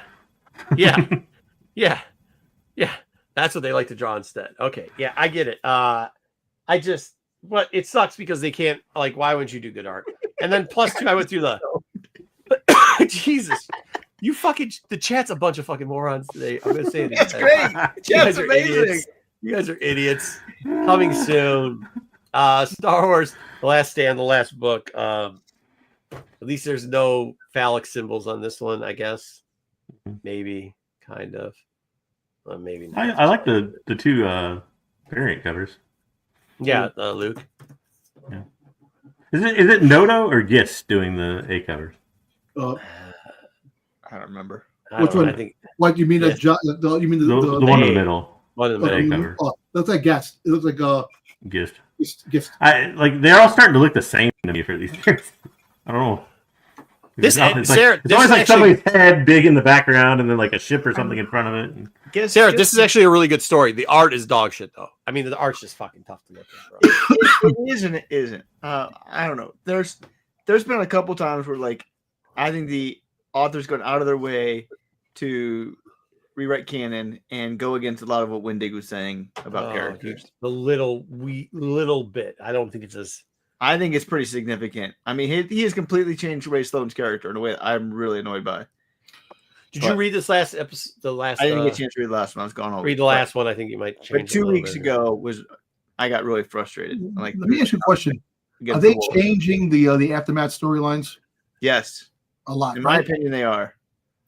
I don't know about Are they doing Basically, what? seem to think it's more severe than I am, but they're definitely changing aspects of it. Yes. Well, they A did little like bit. Cobb Vance, freaking origin, the fucking just Dave, dude, man, it's No. But I think it's time. Yeah, I'm with JJ. I didn't think it was that big, and after this one, I really don't think.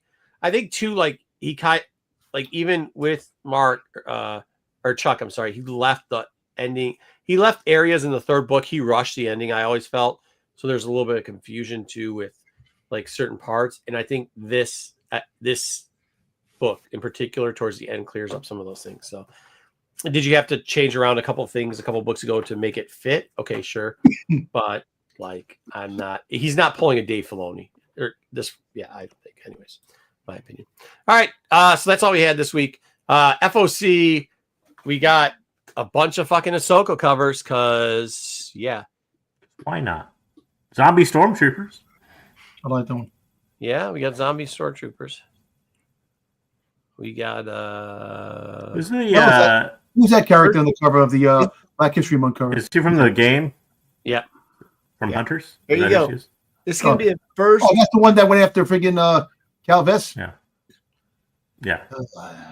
Go ahead, This is the Wayseeker. first appearance of Sabine with the Force right here for Dom. Where? Well, here. Which one? Fucking Wayseeker. Shut Oh, up. Yeah. This is the 10 copy. Jeez, Wayseeker. I had to. Couldn't Ugh. resist myself. Star Wars High Republic Fear of the Jedi. I'm excited for this one. It's a 4-parter. I'm excited to see how he brings this in. Well, this fucking third, the Oshra May cover might be a hot cover. All kidding aside, their first cover appearances. It won't be. A canceled TV show that a lot of people hated. It won't be. It won't be a hot cover. But I like the Kilnaka 1 in 25. The Kelnaka 125 looks really cool. 100 stupid. It's the same as the number one. And then you get this random. That's a pretty cool cover. I like I like that one. that. That's cool. I like that one. Hmm. I like the one. I don't know. I like the 125 Kelnaka the best, to be honest. Yeah. Who's Nice Kelnaka? one. Huh? It's Kelnaka. Kelnaka. Died off screen. I don't know. I'm not impressed. I think the cover. I just think the cover looks really cool and clean. All right, we also got the 8,000 covers of fucking Star Wars Jedi Knight on FOC. Gotta That's pump the that number gatefold one. Big. Yeah. Then we've got the woman. I actually thought that was kind of a badass. I don't know what do you guys think of the Jedi Knights the Woman History of the Month cover? It's a good cover. I thought it was cool. Yes, okay, yeah.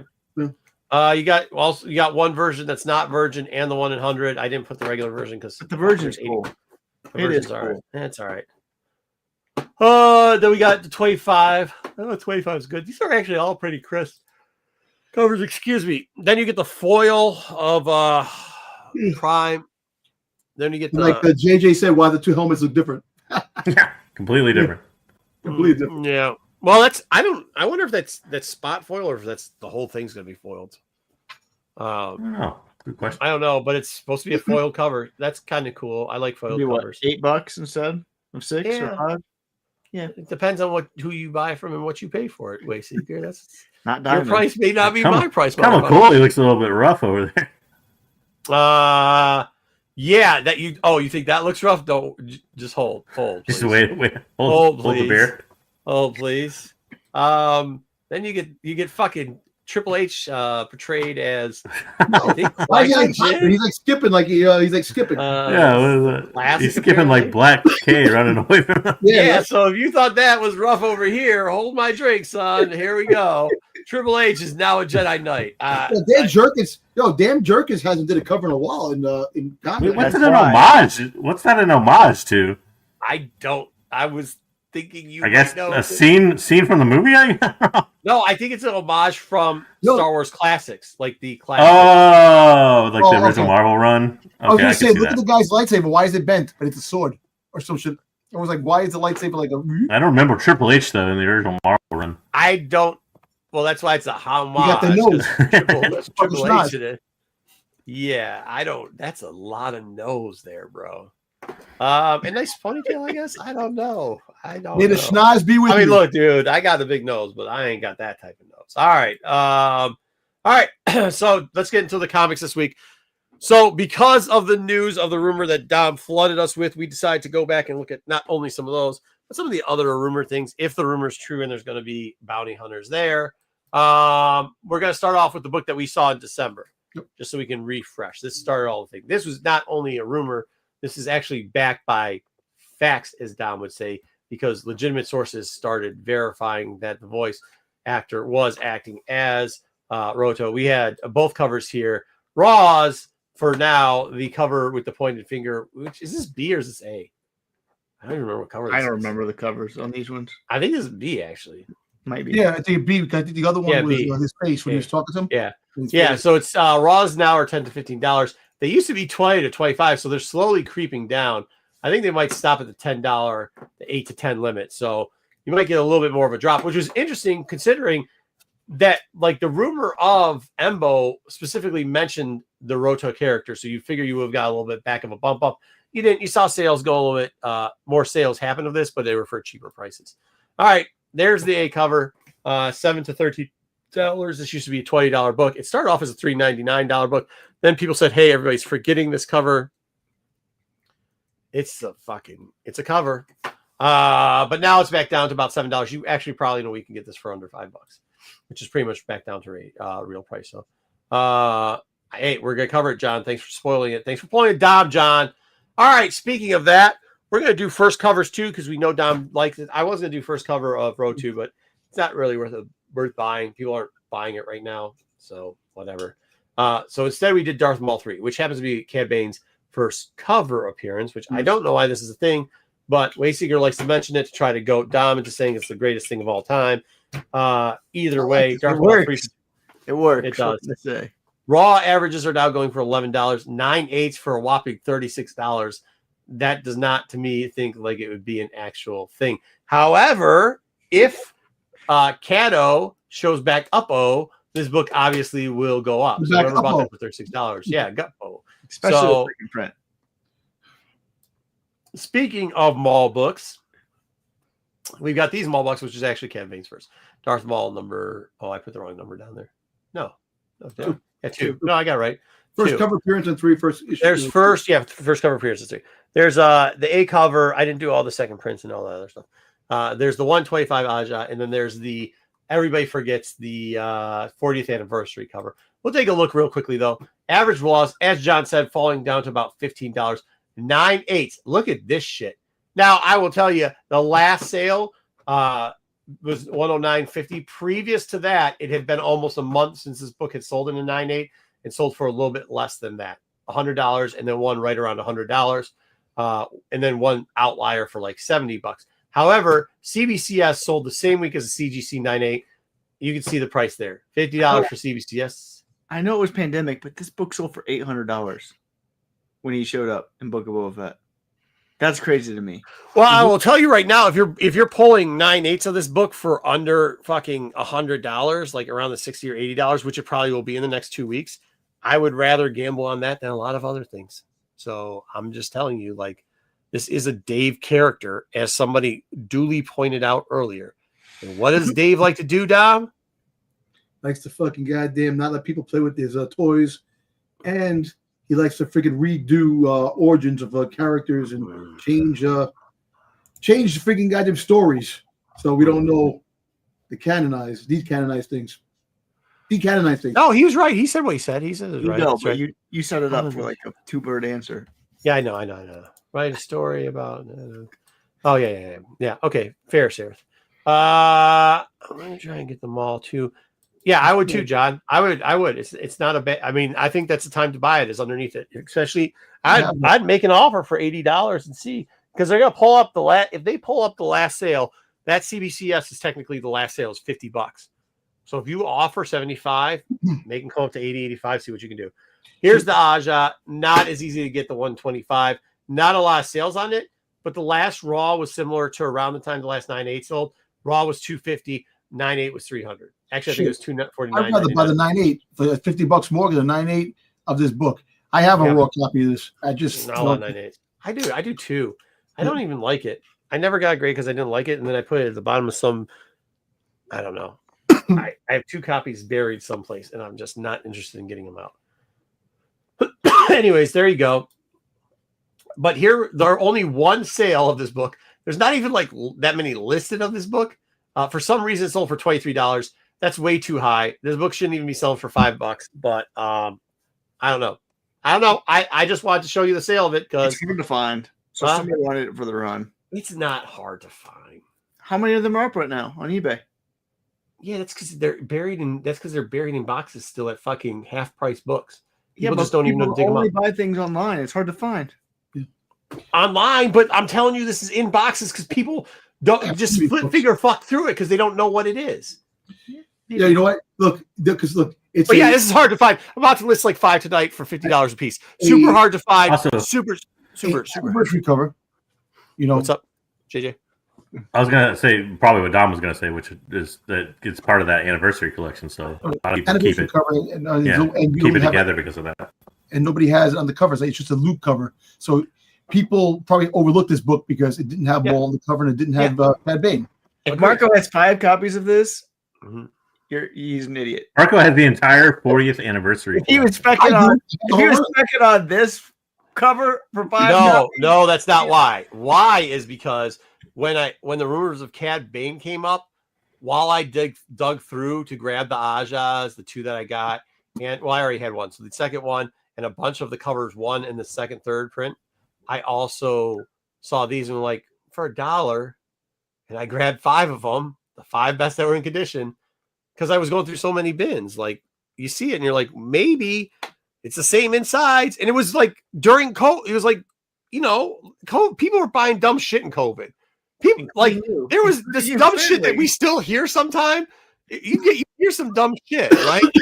All I was waiting for, and you guys know this, in COVID, I tell people, I'd be so honest being like, this book is dog shit. This isn't really a first appearance. Why I was doing that is so that I wouldn't get accused of pumping and dumping books that I was buying to sell to fucking morons. And I sold them to fucking morons. What is this book I bought a bunch of because I had sold a couple of these copies, not for $23. I'd sold them for $12 to $15. Look, Spec has lowest price $15, highest $70. This is going for $70, isn't you? Who says that? The highest asking price, yeah. Oh, yeah, asking. 70, get the fuck out. I mean, we looked at a couple weeks ago at some of the asking prices for Star Wars books. So. Yeah, they're still wild as fuck. Well, some of them are going up, and look, speculation. That's wild. Like you said, is driving books, certain things, like there are certain books out there. It's not like I'm hiding shit, Dwayne. There's a whole bunch of like ceiling to floor fucking long boxes behind me. It's not like I'm like, oh shit, don't have any comics here. Like, this is just one part of a room. I have like rolling racks. I got a huge ass garage, like a fucking 6-car garage. I got rolling racks of fucking boxes in there. What the fuck do you think? Like, yeah. I mean, like gigantic warehouse. Oh, what's that? Sounds like the Ark of the Covenant hidden away in the gigantic warehouse. Oh yeah, I mean, I don't even keep my good stuff here. I keep my best stuff in a safe. I do have a whole run of the 40th anniversary. You do? I have a whole run. Yeah, there you go. I think a lot of that. I mean, people do the same thing with the action figure covers. They buy like one copy and they put it in the collection, and it stays there forever. No, yeah, for sure. I think I have a full run plus of the action figures. Star Wars Adventures. Here we go. For some reason, some people were thinking 15. Also, too, might add all those morons that were saying that fucking TV show. What's the show that Sticks likes? The one that fucking Dave did that was a complete fucking dog. Resistance. Because the character's first appearance is here. Go buy those listings because they're dirt fucking cheap. The people who immediately realize this is Embo's first and listened to us a long time ago, put that there and we're selling them for more expensive copies. But the cheapest copies are going because people, whoever that fucking Everybody character wants Kaz, right? Kaz? Nobody wants that guy. Let me ask you a question now. So it's funny because hold on. I was looking at listings and the ones that said Kaz on it in the first cover weren't selling. The ones that said Embo's first appearance sold, and it was like, dude, buy the ones with Kaz. They're cheaper, you fucking idiots. Because people just type in Embo's first. I don't even remember this. I don't even remember the stories in this book. Is that supposed to be Kaz or Poe on the? It's both. It's both. On the incentive. Oh, that's Poe. That's Poe. That's Poe. Okay. These books here, right? I don't know. Kids, they were more aimed at kids, right? And they're probably beat up, some of them, because we're on racks, right? That's not right. That's not right. kids weren't reading. This book didn't do well because kids never fucking picked this book up. That's why IDW lost the property. What happened is people on the internet would tell you that, but most people on the internet, Dom, you know some of these people, they don't ever leave their house. Like they're here reporting. I enjoyed buying that incentive for like $4. Yeah, less than that. Yeah, no cover. People would sell. Dude, I went to so many stores that didn't even separate the incentive from cover. No. What about Bad Batch sticks? Are you counting the Wookiee? So Padawan? What do we got there? But anyways, we'll get into it. So there's an A cover, which is the one to the right, a B cover, which is the one that's got Embo on it, which I think is probably the best. And then there's the 125. This is Star Wars Adventures 16 from the what? 10. 1 and 10, by the way. Yeah, sorry, 110. My bad. All right. This one, Embo on the cover is probably one to go for because it's first cover appearance and first. You would think. Yeah. You would think. Here we go. Raw averages was about $18. If you listed it, that was Embo's first. I think you can still buy copies where it says it's Kaz's first for under $10, but I'm not saying they're still on the internet now. I'm just saying 9.8 for $200. It's a little pricey. Raw for the 10. I don't understand why people haven't bought this thing for a little bit more, but averaging $35, 9.8, 112. And by the way, this is a little bit of a harder book to get because this wasn't selling good even up to 16. So people weren't buying 10 copies to get the RI. And then here we go. Only a 9.4 of this had sold for $44.95. As you can see, it says it doesn't say anything about Embo on it at all. It once again says the Kaza dude. Hey, nobody gives a shit. Kazuda. Yeah, nobody gives a shit about that dude. All right. And the rest of the copies either are. I'm not saying if you want a copy of this book cheap, you should immediately stop watching this show and go on the internet and pick that book up for cheaper than the A cover. But as Dom has duly noted, if there was a book, I'm not saying you should buy it, but if there was a book that might be the winner on this thing, if he shows up, this probably is going to be the one where you got him on the cover and on the inside. So unfortunately, probably the worst selling of it. Some people are asking high prices, but there's still some very low prices. This is the first Cad there as insurance. Which one is this again? This one's the B cover, right? That's the B cover. Yeah. I mean, that's why RIs got up to 10 because people would they'd order like 6 A's, 4 B's, you get a 10. Yeah. And you have Cad the cover right there. You don't know anything about Star Wars by putting Kazuda. Who called the person Kazuda? You just go to the list and you found somebody's name. And you're like, no, Kaz. Come on now. If you have Kaz right there in the corner, so you have Kaz in the corner, you have Embo. So this book is a double first appearance cover. Yeah. Yes. Yeah. I mean, wait, no. I'm just waiting until like. Hold on. Dom's actually. Stop. Yes, Dom. Dom's actually really right on this. He just hit like a bunch of. Give him his when it's his. You're right, Dom. This would be the book. What if they use the Flight of the Falcon story in the Mando movie? Oh my god, that fucking story. But now is this book going to go the same route as Hondo first appearance? That the prices went up because Skeleton Crew, and then it just dropped because we don't know yet. Because the prices, what's going on with that book now with Hondo? The Hondo first appearance of Hondo. Well, we can look at it next week. Yeah, it didn't. But here, I mean, this book. I mean, if he shows up, then he shows up. Yeah, you're right. We don't know. But you got Kazu as a backup, so there's that. All right, those are the ones I went through this week. Once again, I was surprised. I put the Embo book at the last because I expected to see more sales of that book. But for some reason, maybe it's because people just don't change their listings ever. Or maybe it's because the rumor was made by somebody like Dom and people like checked it. You could say that. You could say that all you want, but the A cover sold a bunch of copies this week and sold a bunch of copies. And they sold as the day the rumor came out. So the A copy selling. The RI sold more than it had ever sold. It sold in months. The A copy have sold more than it has in years, and then the B copy didn't really sell much. So I don't get listing title why you wouldn't put first Wayseeker says that one listing, but it was by a major comic seller who misspelled 3 words. Yeah.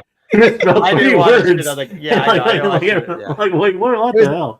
It was a 1 in 1,000. They didn't even list any of that. No. Yeah. And it was the guy cover variant. I'm it's not what that is, but okay. Yeah. No, he didn't say sketch cover. He said sketch. He goes, it's a sketch. Yeah. A side sketch. And I'm like, That's not a okay. We pulled You that know, off. Not what that is. I'm really surprised that Hondo and Embo's first appearances were in those adventure books. That they did have a Clone Wars series that was out before the first appearance of Ahsoka. I'm surprised that they weren't in those books. That was 2008, though. That was really early in Clone Wars. Yeah, that was early on. I don't even know if Hondo and Embo were even in the show yet. No, well, Hondo came. Well, we had Hondo when Maul came back. I think it was the first. Was that the first appearance you seen Hondo in Clone Wars cartoon? Well, you got to remember the Hondo that we know and love isn't the Hondo that we first saw. The Hondo that we first saw was some one-off pirate that was shooting fucking Captured Dooku and tanks over. He was going after. He told the Maul, "I know what the hell you're saying." It wasn't great until we got him in the theme park. Yeah. No, he was better. He was better when he started playing both sides. Yeah. Yeah. All right. Twice the suckage, maybe. Let's do skeleton crew so we can yell at each. Nah. Okay, we'll do toys. How many slides are there? Just get through. 14. Oh boy. Get through toys. All right, somebody run it. I'll run it. All right, so coming soon, we have some new pop. So the anniversary of New Hope.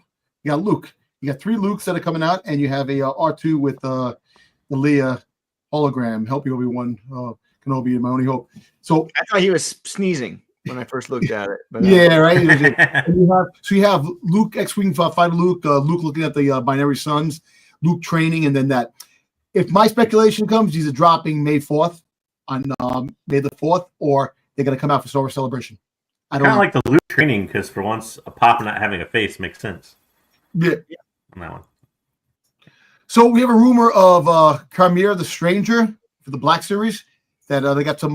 They have a couple pieces that are made that are going to be made into the Stranger coming soon for the Black Series. You should find out pretty soon if we finally get them. And that's a figure I'm buying. I do. That's the one bright spot of the Acolyte that I do like. That character, I thought he was a badass, and I like his character.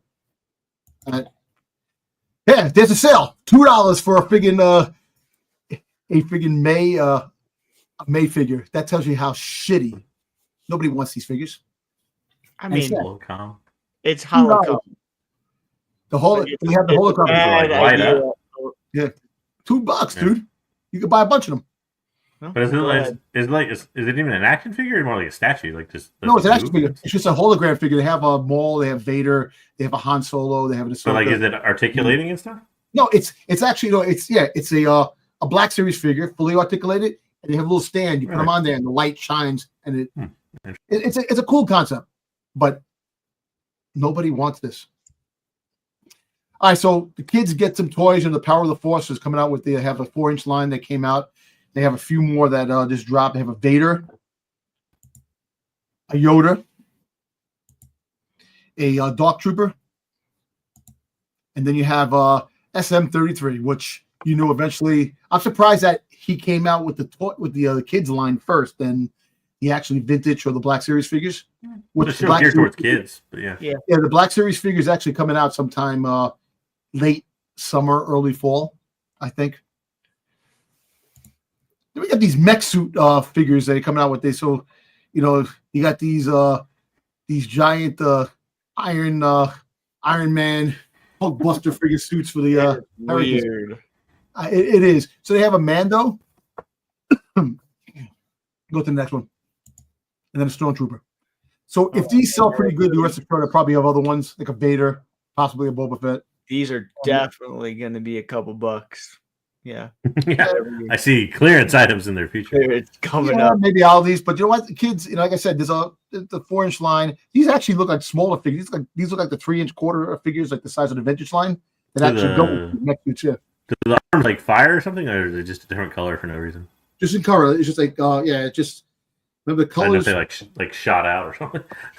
I don't know. I don't know what it is. I think it's just. I don't know if it makes sounds or anything like that. It's just the mech suit. You open it up, you put the figure inside. Huh. Yes.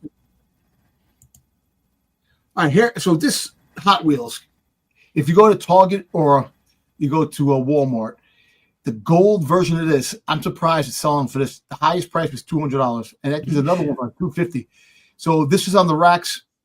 If you find it, you're lucky. And it's just dropped. So this dropped friggin' it's before Christmas time.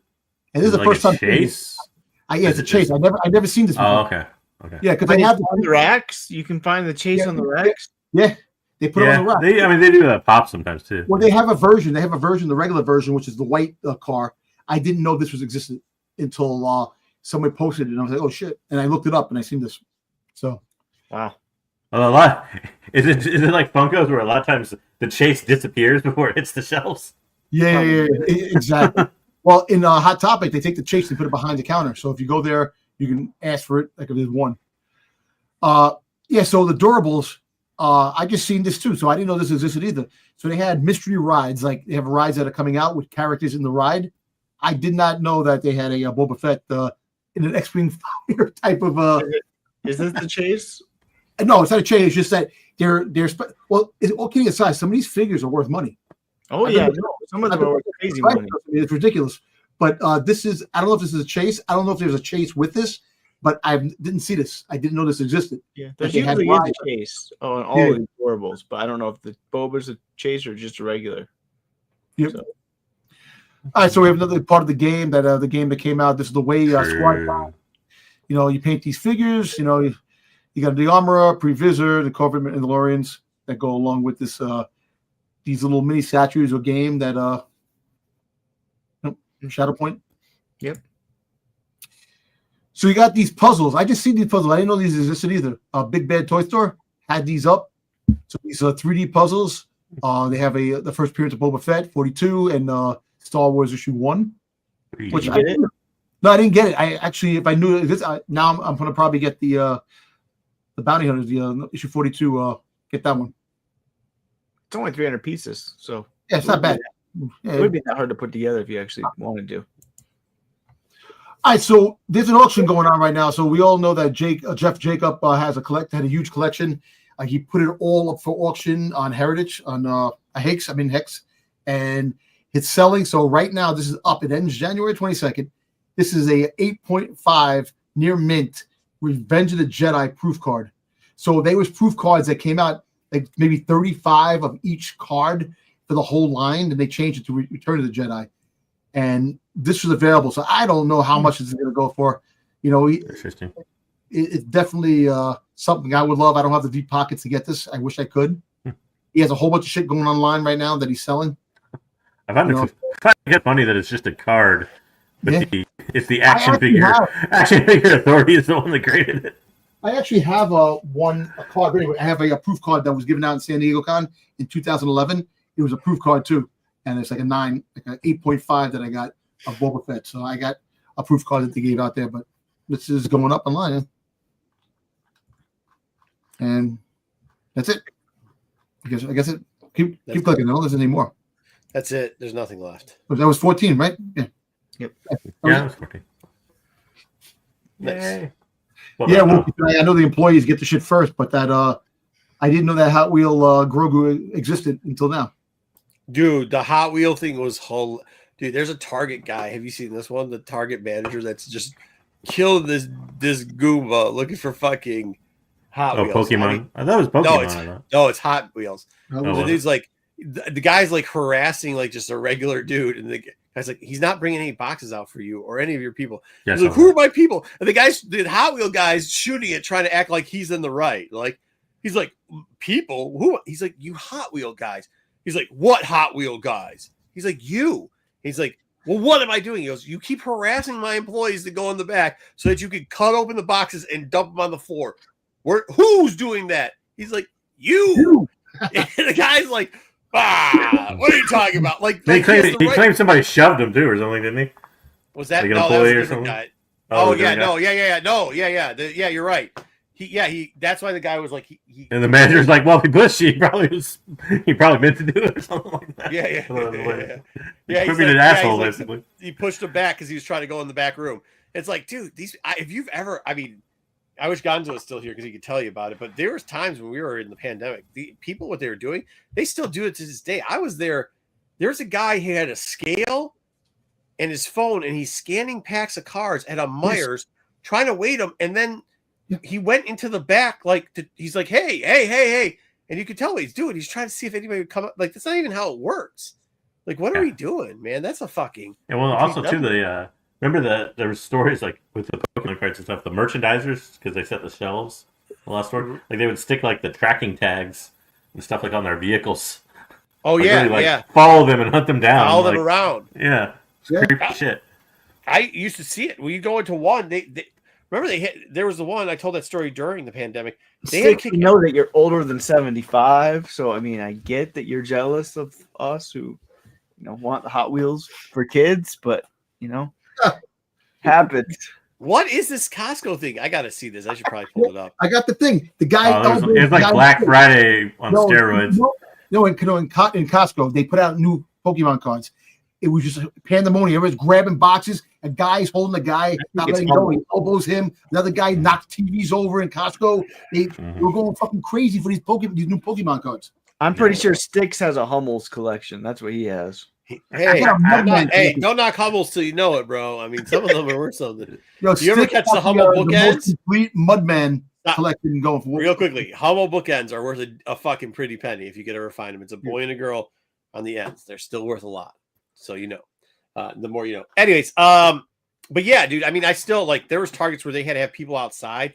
They would tell people I one time because I usually would use. I had to take them off the shelves at one point. Yeah, at Target, you used to be able to walk through and go right by the card thing. I was walking there, and they're like, "You have to go outside, sir." And I'm like, "For what?" And they're like, "You have to go outside." I said, "What?" They're like, "You're not allowed. You're not allowed to be in here." And I said, "I think you got the wrong other bleeper." What they do at the Costco's and stuff for the Pokemon cards, what a lot of them end up doing is they preloaded a whole bunch of carts with the maximum number they could purchase, 5 boxes or something. Yeah, and you go. They basically had a whole line of employees. So you scan your card at the front, your membership card, and then an employee basically gives you one cart, and then another employee guides you right into the checkout. You don't even get to go through the rest of the store or anything. You just bam. So that's what they were doing there too. They were making the people stop outside, and then they would let one person in at a time. They'd go down to the aisle. They get to pick out what they wanted, and the cash register that was closest to that, which is never fucking open. That's why I always go that way. Is where they have to check out at. Yeah, that's wild, dude. I mean, what type of life you live in? I don't know. Whatever.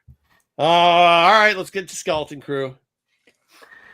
I thought that card thing was done, but you can never get the scumbag out of card, people. Oh, speaking of that, I might be buying. There's the new select packs or whatever they're gonna call them, the booster packs, chromites. I'm gonna try to get a whole case of those for us. So Carbonite. Yeah. Should be only $250. So, anyways, go ahead. What do we got? Oh, I got to do it. All right. No, I can run it. I think after you load it. Right. Yeah.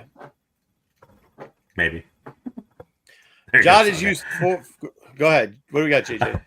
So, Jod introduces himself as Jod to all the parents. So we start off the show with. I thought that was kind of interesting. He doesn't use an alias this time around as his personality for was the emissary that he's supposed to be. So, yeah, that's kind of cool. Just a little interesting point there. But basically, he confines the kids to their quarters. That's the kind of their punishment. Yeah, which is weird. Yeah, well, it's kind of a pirate movie trope, though, right? Like when you take somebody prisoner at sea, confine that guy to his quarters. You're on a sub or whatever. So I thought it was kind of related to that, I guess. But are they in trouble? Yes, they are. Yeah. It was interesting to see the parents' reaction too to the fact that oh well, they are in trouble, but they're getting off easy with house arrest and being monitored by creepy droids the whole time. So I guess it's fine. But, yeah, that was weird. Yeah, it was. Lots of. There's a couple misses on this last episode. Go ahead. Well, I mean, I think also he's kind of doing it. I think to buy time, but he also kind of wisely, in a very sly Jod move, he keeps Fern and her mom as kind of hostages, more or less, covert hostages, but hostages, be it all the same. So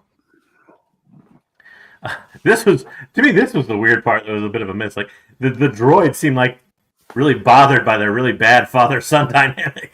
Yeah, I know, right? I was right there with him. I was like, this is a really and I get they're doing it to show he was strained, but come on, your heartwarming homecoming for the kid is making him basically a microwave Stouffer's meal.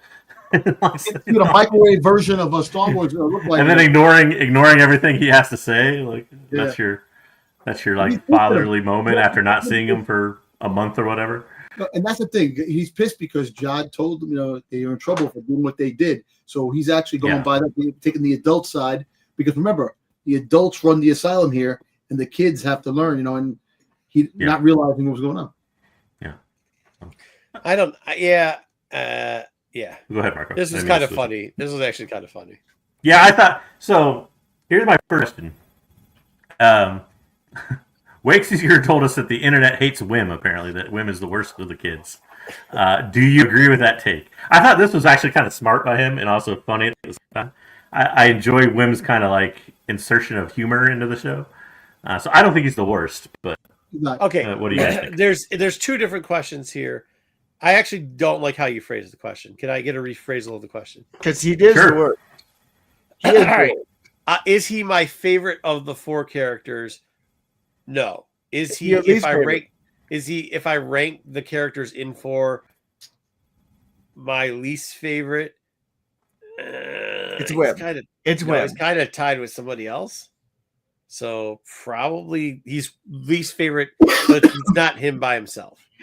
Like they're just not a character that I really enjoyed. Like either like him or what's her name, Fern. I'm just like, I get why they're there, but Fern kind of grew on me, but at the same time, I think I appreciate Wim's character more for the nuance and the humor kind of aspect of it, the comic relief or whatever. Yeah, I think that's what I'm saying. Like both had decent things in it. I just like because the Neil character shines so bright. I was like, the other characters kind of pale. Well, I'll say there's another. We can go over them all later because there's another slide near the end where I ask everybody what their favorite kid and least favorite kid was. So. Oh, that's funny. Yeah. So Princess in the Tower reference. It looked like the Seattle Space Needle too, which was a little bit weird. But I assumed it was a Princess in the Tower kind of reference they made. Yeah. Hey, I will give this to. I'll give it to Dom, even though everybody said it. They did use the can. Oh, I'm pulling a Dom. Yeah, you are pulling a Dom. Did I pull a Dom? You did. Yeah, we'll get to that part later. All right. I thought it was just a fun little truck they threw in. That's last week's slide. Yeah. No wonder it was long. This week's slide. So this kind of reminded me of. There's a lot of like bridges on ships in Knights of the Old Republic, an Old Republic game. That's what this kind of reminded me of. It looks like a very old room. Obviously, it's all dusty, covered up and everything. But I thought the interesting thing too was that like there's all these control panels. Like, do you think at one time that humans hasn't been a droid the whole time? Humans at one point operated kind of at Adden. Yeah, I think that's exactly what it was. I think what it was eventually the original council and the original person that we saw in the background. That's the droid is probably their thing, or I still think there might be an overpowering group that's in charge of all the similar planets. You know what I mean? I think because if you heard what he was saying there, Council of Planets type of thing. Yeah, it sounds like there's people still in charge of the planets and they're still running them as experiments because even this guy didn't he knew some things, but he didn't know it all. And everything's been wired, right? Like the central droid thing is wired to all the control panels and everything. Like you see all the wires running there. So they did a nice job with kind of this setup of like this is an old planet that is now run by a droid kind of thing. Yeah. Yep. I actually think that there was humans running everything, and then eventually they got sick and died. And as time went on, the droids just took over. I'm not sure that's even the case. I mean, that could be the case, but because there's something I said. I wish I would have wrote it down because I was going to hit this point. There's something he said it's still an experiment, or like something to the fact that it's still an experiment being ran, and it's true. A robot wouldn't be running experiment for itself. It seemed like the experiment would be on the outside of it. So, Wayseeker just hates on Wim. Yeah, it reminds of himself as a kid. Yes, it does. That's why you hate Wim. Okay, Dom, here's your chance to claim victory, I guess. But if you had HAL 9000 from Space Odyssey on your bingo card for being the ruler of Adden, I guess you win. I thought Tack Renard was still alive, Dom. I didn't say Tack Renard. I said a droid. I said a droid. Was still alive. I said the droid. The droid was funny things. I did not say Jod's mother who was in charge of everything. Jod's mother. Yeah. Listen, well, he didn't say Jod. He didn't say. Oh no, he did. You're right. He said. He said, "What if?" No, you go. Hey, I'm just saying. What if the fact is Jod's mother? Because Jod Staying on the sidelines, I'm just letting it all cook here. I do remember that now. Yeah, No, he Jod's did. mother, the old lady on the ship, the pirate. I said maybe it's Jod's mother. You said he was coming. No, I didn't say Jod's Jod's mother. No, you all did. I want you to do, all You I want did. you to do You is did. one thing. I want you to Roman Reigns me and acknowledge me. That's all I fucking want you. That I got this right. That's it. You got it right on. Didn't we all kind of say that though? Like for like 6 episodes, I feel like we kind of said it could be an AI thing. Yeah. You got one of your 44 guesses was correct. That's what I'll give you, Dom. One of your 44 guesses. I know. I appreciate on this same theory. No, I didn't say Jod's mom. I said Yes, you did. No, you did. No, yes. Not on this. Not about the droid. No, I did not. Yes, you did. You did. You said, what if he goes up there and it's Jod's mom who's in charge of the whole planet? You did. You know what I'm saying? I never said that. Go back to the videotapes. Go back to the videotapes. I never said that. Dom, I'll give Dom credit. Dom was right. I'll give him like 1/13th credit because he had 13 different theories. Yeah. So I'll give him like 1/13th credit. John even says I was right. Dom was you were right. Yeah. One of your many theories was right. Yeah. Yeah. One of your Dom, but here also say that it was one out of like 20. You can't say you didn't say the mom thing, because how else would I know that exactly what Wayseeker was saying? No, I'm saying because the mom. Who else? No, time out. Who else? Dom, seriously though, think about it. Who else in this panel would say some crazy ass crap shit like, what if Jod's mom was in charge of the whole planet and he went up there? I never said that. That's Wayseeker. Wayseeker, is that what you were talking about? He's trying to throw shit in there. Is that what you're talking? Is that what he did say that, right? Is that what you're talking about? Okay, how are we saying the same thing then if you didn't say it? We're not. No, he's mixing that up with something else I said, not about the planet.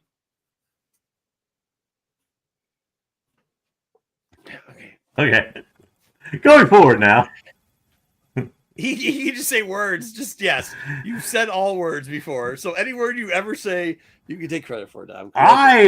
I enjoyed kind of this scene. Yes. Kind of the trick that the supervisor plays on Jod. That's funny. It also established a lot. Like it gave us kind of the timeline of kind of what happened with that Anton, and the fact that like it seems like the actual communication from the Republic was like Republic are you doing of this like to now say that Dom was 100% wrong because Dom said that they were going to show us flashbacks. No, this is what was in the show. Oh, okay. No, okay. I'm going what I was. Yeah, you're setting Dom up on this one now. You give him credit for the last one, and then you're going to prove me completely wrong with this one. Okay, once it's not in the show. Well, it was. But my point. So this is the exact my point is. Going to happen.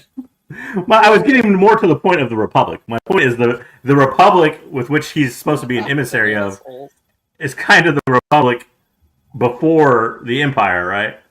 And then it seems like communication is kind of cut off because the last message they get is that the Jedi are traitors, which was the first message basically of the Empire. And then after that, it just kind of became this closed society that existed off of the droid or drifted off the droid's rule. This whole panel, we're all just a bunch of assholes at this point. This is what we're doing. You're giving us the story right after Dom credit. We all know what Dom said about this. Yeah, he guaranteed that they were going to have a flashback about, and you're the guy that hates flashbacks, and then you're going to sit here like an asshole and act like this wasn't a setup. Dom, I'll give Dom. I'm just going over the show. I'm just reviewing the show. I thought this was cool. I really do. So they did this a lot in the show. Next level. They did this a lot in the show where they used like just little parts to give us great explanations. And I hope Star Wars starts doing that more often because this was brilliant how they. I counted. It was literally like 8 lines of dialogue, and they came up with a great explanation. Oh my god, that was awesome, man! They did such great.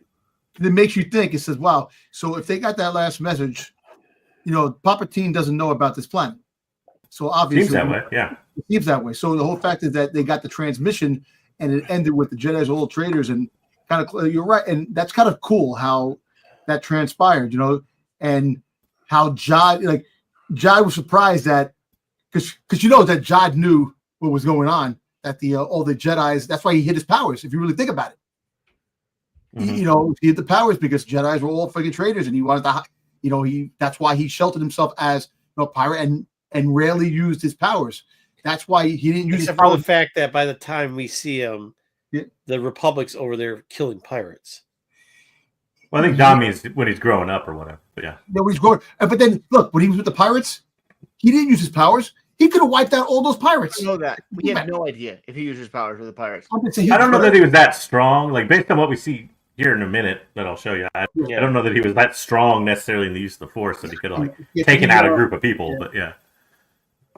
All right. That would be proud. Oh, geez, yeah. So we got this scene, which obviously reminded a lot of people, not just me, of Qui-Gon stabbing the blast door or whatever at the beginning of. You know what? I went back and I watched the Qui-Gon Obi-Wan scene too, where they do that. The most like egregious thing that you've probably never seen in Star Wars before or after that was the crazy ass super speed they used. Did you remember that? Where they like ran around the ship like really fast. Oh yeah. Let me ask you a question now, really quick. So these planets were around in the Old Republic times, right? Because it's a mix between the Old Republic and the High Republic and the way things go. They were around forever. No, because think about it. Because it's around for a very long time. Because there was a saying like episodes ago, like SM-33. He said that was it Inadi, the planet that Andor was on was a desert wasteland. Yeah. So, but when Andor was on it, it was all green. So that must have been figuring a long time ago for it to be a desert wasteland. So kind of they haven't really said when things are, because some things are the High Republic and some things are the Old Republic. I like that they've said before, like Tatooine and stuff has been around. Like all the planets have been around. Tatooine was an Old Republic. Like literally in the games, you go to Tatooine several times. Yeah. Yeah. So there's no connection between this planet and Aldani. No. No, I'm saying I'm saying. I'm wondering what Don's point is. I think he was getting at something. I'm just saying the fact that the planets are they from the Old Republic? These planets. Well, all the planets are from the Old Republic. I know because were they blocked?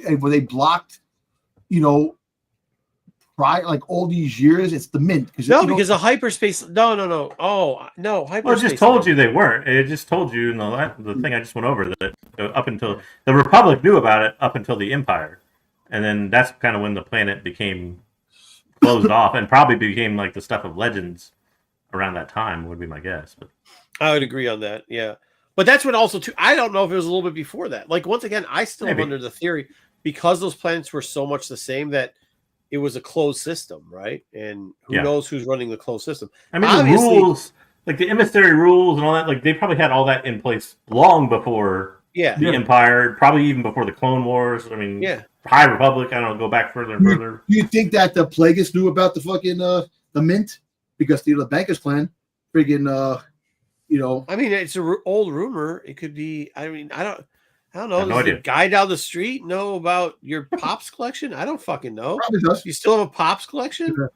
Yeah. I mean, I don't know. Well, I was gonna wait to say this later on, but I guess I can say it now. I thought an interesting thing was when I thought back about last episode, all the credits kind of in gold that they had stored up in that warehouse, all those different vaults. Like, there's probably been nobody to collect the I guess inventory of credits or whatever they've been making from the Republic for decades now. So it's literally just been stored in all these vaults. Yep. Right, which is what I also wonder. Like, I'm just trying to understand how a default computer system would, because it seems like this question here, it seems like she knew a lot more. Like, because she knows how to bypass it somehow, and she is the undersecretary. I don't know. They never give us a clear hierarchy of what like positions on this planet are. She may be like the highest human in the but she seems to. Yeah, she doesn't at all think it's weird that they're ruled by a droid, right? Exactly. Like John even says that. Well, that's because I don't know if the Great Works was making credits. That's what I'm telling you. I think their planet was being studied by something. And that's what the Great Work is. The Great Works is from the High Republic, right? No, I think Well, it is, but we don't know if it's the same. Yeah. I think in this case, the Great Works was there's mirror planets, right? Because we've already seen a couple of mirror planets. There's mirror planets, and they're studying what happens at each mirror planet and what the breaking point is. So, of course, you'd eventually install droids to monitor the situation and then report back to a greater council party, whatever it is. And I think that's what it is, because it's studying society. So like, Yeah, because she Well, we knows know it. it was Why else would she? Why would you tell the other side if it's just a droid about making? If the great thing was about them just making credits, why would you tell any human how to get on and off the planet? Well, one interesting thing is they refer to it in this episode too as our planet's great work or something like that, and they use work as in just one. Yeah, and at some point you say great works. I almost wonder, because we know it's a system of planets, right? Or at least Right. it originally was before all the other ones fell apart. Did maybe each planet had its own part of the great works? So like, yeah, that's what I'm literally saying. like its own role. Yeah. Yeah. And then at some point, all of them fell except for Adden, which happened to be the Mint, was its part of that plan or whatever. Well, maybe it was just seeing how each society changed or something, because it seems like other stuff was interjected. And Well, you know what we didn't find out, this will probably, if there is ever a season, if they do decide, maybe, I don't know, maybe we won't find out. Maybe we'll find out in a book. I don't know. They usually do that. I wouldn't mind them having a book on this. I think he asked, why are we asking these questions? I think because some of the stuff, even though it didn't get answered, it'd be cool to make a book out of some of these, right? Even Wayseeker would read it, maybe. I know he can't read that well, but that's okay. I would read it, but I don't care. Also, because I got tired of doing Easter eggs. There weren't that many, so I had to do something else. That's one reason why. Yeah. All right. Also, because as I do these reviews, everybody wants to skip like 30 slides ahead and ruin everything, Yeah, so it's easier to ask the questions in the middle. True. How's he not dead yet? And why is he not? Oh. But anyways, Jod contacts Gunter, and Gunter starts the invasion of the planet. Unfortunately. Yeah, Wayseeker, if it don't have a blue bear in it, Wayseeker doesn't care. I like a No lot blue of bear, Star Wars. you don't care. I don't care about this one. Sorry. This finale was so boring. Yeah. Whatever. I have to sit through all of Wayseeker's book reports on like every single kid's book that comes along. The But fucking It's most totally boring resolution. reports ever. Those book reports. I'm poking my eyes out. This Yeah, is the second time we did a bubble bath. that was kind Neil thinks a lot of bad. Is he the cleanest character in Star Wars? I mean, hey man, a dude after my own heart. I take lots of baths too, man. Nothing's better than a nice bath. That's relax, Yeah, my kids relaxes every the Christmas, muscles. Easy. They give Good you for the different heart bath rate. bombs. Yeah. I will tell you this, dude. Some of these bath bombs are getting out of control. Too oil. Like I don't like the ones that are got all the colors in it and too oily and perfume. Just give me the natural ones. You know what I mean? Natural ones. Shout out that and yeah. But yeah, shout out Neil. That's a good man. I thought it was funny Bath because Bomb sponsors take notice. Marco is looking for a new one. No, I got a whole bunch. I got no. You'd be My kids get. happy to promote your bath bombs if it's That's normal. not true. That's not So true. Get your Neil bath bombs. You're coming. is this the next? Are Neil bath bombs the next Dr. Squatch? Yeah, Yeah. they probably are. They probably are. Totally. But anyways, Gunther was not awesome, bro. The fuck are you talking about? I put a "I do that" slide in it because he also too. This was a little bit weird. And like Jod's concern is that he has enough people alive around the Mint or whatever, but we're immediately going to start shooting everything with giant fucking laser cannons You everywhere. gotta fucking scare people, man. It's a Yeah, submission. I guess. Yeah. So the invasion What? starts. They don't have any weapons. The poor droid bus driver again is the first guy to die. Yeah, the gum in the back of his head that get destroyed. Yeah. Oh yeah, that's cool. They all ran. Power bike slide. I mean, come on. I thought that was cool. I thought it all made sense. It's pretty fun. Oh, wait till you see my next slide. Wait till you see my next slide, Dom. Now this was a slide coming up next that I trolled Dom with. Oh, not this one. I'm sorry. That's from last. That's the last I one. didn't take it out. Stole a shit from. That's from last week too. I didn't take all these out. I don't know why. Oh yeah, here we go. Yeah, yeah. Boba Fett skiff. Yep. Yep. Oh, I mean, looks all like it. Ah, Here we go. This was the troll slide. yeah. How are those kids' speeders bikes? I'll be honest. To get away. These I'll be honest. Right. It's 100 times better than I ever fucking speed a bike shit could ever be. I enjoyed this much better with these kids than this fucking thing.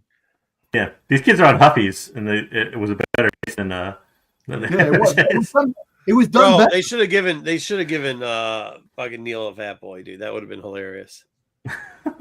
I did like Wim's dad too. I didn't get it, but Wim's dad steals was a Bone Phoba or whatever his name is, bike or whatever. Yeah, he looks over at that kid's like Just steals the kid bike. Yeah, that's convenient.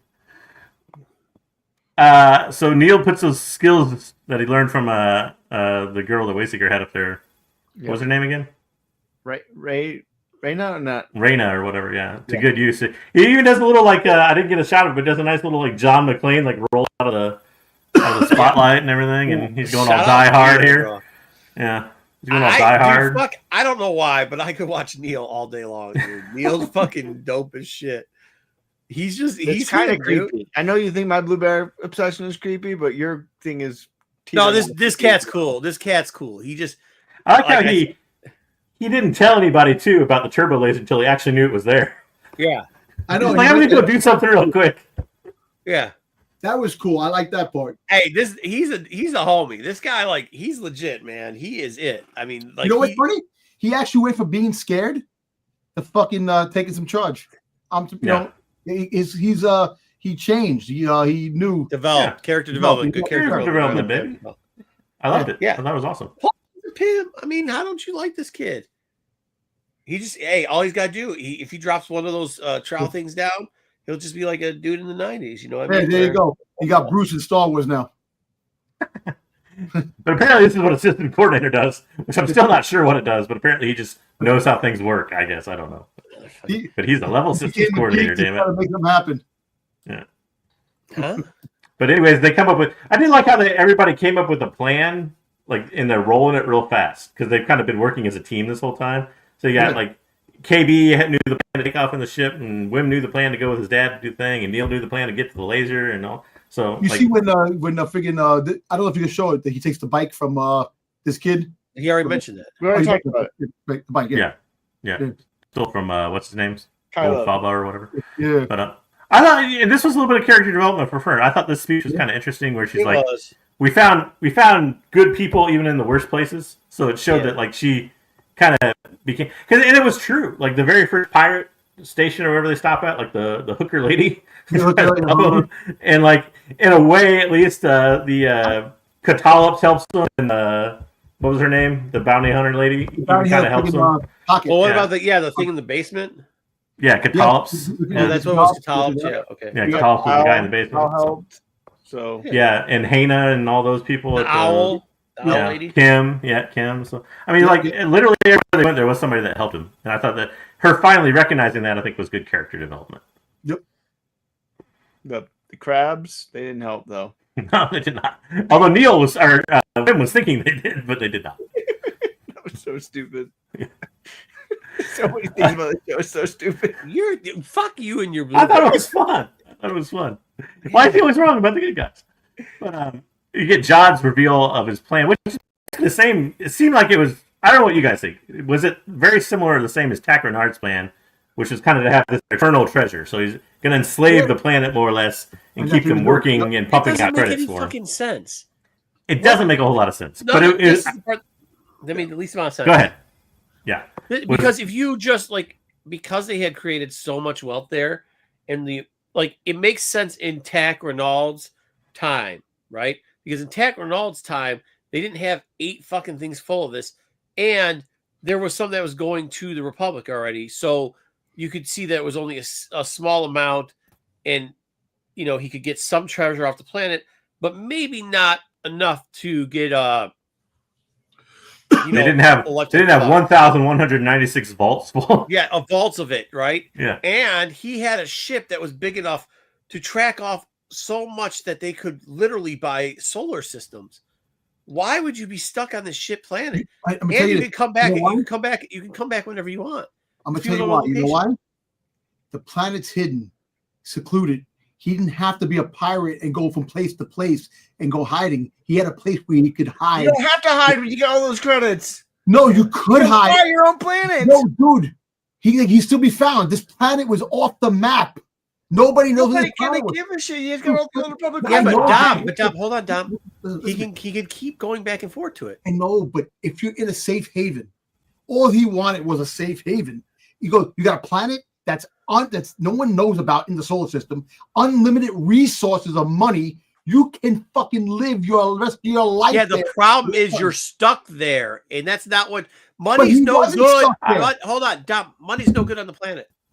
This planet's the only planet that money's not any good on. I know. He can go places, get stuff, bring it to that planet, and nobody. Let's say that an old no, but hold on. When Tack Renard's there, a old Republic credit is worth $1. The time John got there, one of those is worth $1 million.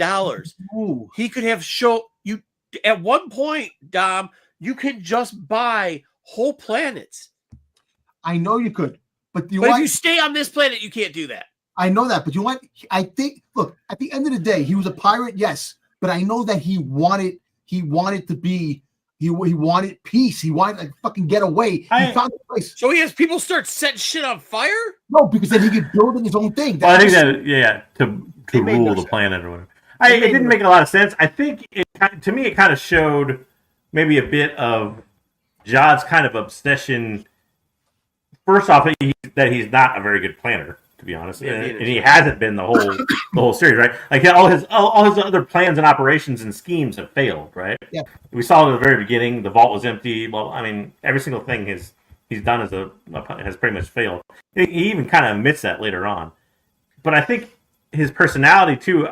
I think he's kind of more chasing the legend of Tack Renard and obsessed over that. Because that's when he's passionate, right? It's like when he's explaining it to the other pirates and everything. And I think he's kind of chasing that more than he is like an actual plan for the future type of thing, right? That's fair. Oh, and really quick about Tack Renard. John Watts, in an interview, John Watts admitted that one of the pirates in the ship was Tack Renard that got killed. He actually said it in an interview. So Tack Renard was. You mean like the ship they find at the beginning of the series? Yeah, the Onyx Cinder. Yes, he was killed in the ship. Yeah. I always figured it was the guy that had the thing in him that he pulls out the scepter or whatever the hell that thing was. That was also very underwhelming. The whole Tack Renard mystery was really underwhelming. Hey, Wave Seeker. Why do you fucking hate life so much? You're underwhelming, man. Go home.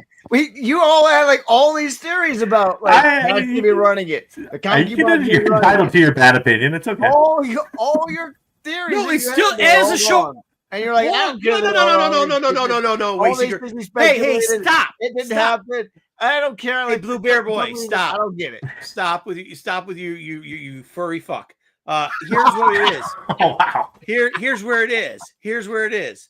The one great thing about sci-fi is that you can keep living the story out. You can keep talking to your buddies and asking. That's a lot about Star Wars. Yep. Is you get to go like, oh, what if this character was this? What if it was this? And you get this camaraderie. I know you have no camaraderie. I know you have no friends. I understand that. But for the rest of us who like to hang out and discuss shit with people every once in a while, instead of just playing around with a blue bear, like this is a good show because we can still talk about it. We can still have these theories of what's going on. And like Dom can have a difference of opinion of Gold. We can figure why this guy didn't get one theory right, and so that's the only reason. Hey, Chubb. Hey, listen. At least I have an imagination. At least I know how to freaking start a story. I have an imagination. It's funny. I would know if you know how to start a story. To bring it back on track, it's funny that you mentioned that because Wim's Crystal, the founder story, kind of reminds me of like a story that Dom creates. Yes. Like, off the top of his head. Yes. He got it like from a data fan. And, like, well, I thought it was kind of hilarious. Like, oh, it's the Crystal of the Founders. Like, you didn't know about that? Really? Like, so I thought that was pretty great. But it was pretty good. That was pretty funny. That was pretty funny. But that's the distraction he uses to. I do think that this last episode, the two characters it helped out the most, and why I don't think they're terrible characters, because you finally got to see the development was both Finn and Win and Fern. Because prior to this, you're like, okay. Yeah. But you got to see the development here in the last episode. Mm-hmm. So I think it kind of saved them. So, yeah. I agree. I agree with that take. Dom, anything else on that story? Did you enjoy the Crystal of the Founders gag? I enjoyed it because he's forever reading stories about all the Jedi and stuff like that. So actually, and he kind of uses them as a distraction, as a weapon. Exactly. That's kind of cool. Yeah. That's kind of just needed Dirge and all the other characters that you love in that story. I would love that. Dude, listen, I would love that. Love that. Yeah. Right. We get so who's the MVP here? Are they co-MVP of KB and SM33? We find out still a lot. I thought it was kind of hilarious her holding his head. It's kind of the holding the head thing was fun. Yeah. I was like, thank God they didn't have him holding his own head. Yeah. Yeah. Well, at one point he gets to put it in his lap, but yeah. Yeah, and then I was like, fuck. And then the rat goes on top of her head, which is funny. The rat. Yeah. On top of her head. But yeah, I thought that was a pretty good part. I actually was disappointed in her development Her at role? the end because, it was She didn't just get kinda much development. I think Yeah. they gave her so much earlier that she didn't get Yeah. much this episode. they kind of pulled her off. Oh My man, Neo is the That's best. awesome. That was awesome. Yeah. He almost takes out Gunter or Gunter or whatever his name is. He was really How close. cool would that have been, dude? Yeah, but yeah. He gets a couple good shots in before they blow him up, and he pulls a Die Hard where he like hops off the roof as everything explodes Dude, behind that him. was so cool, man.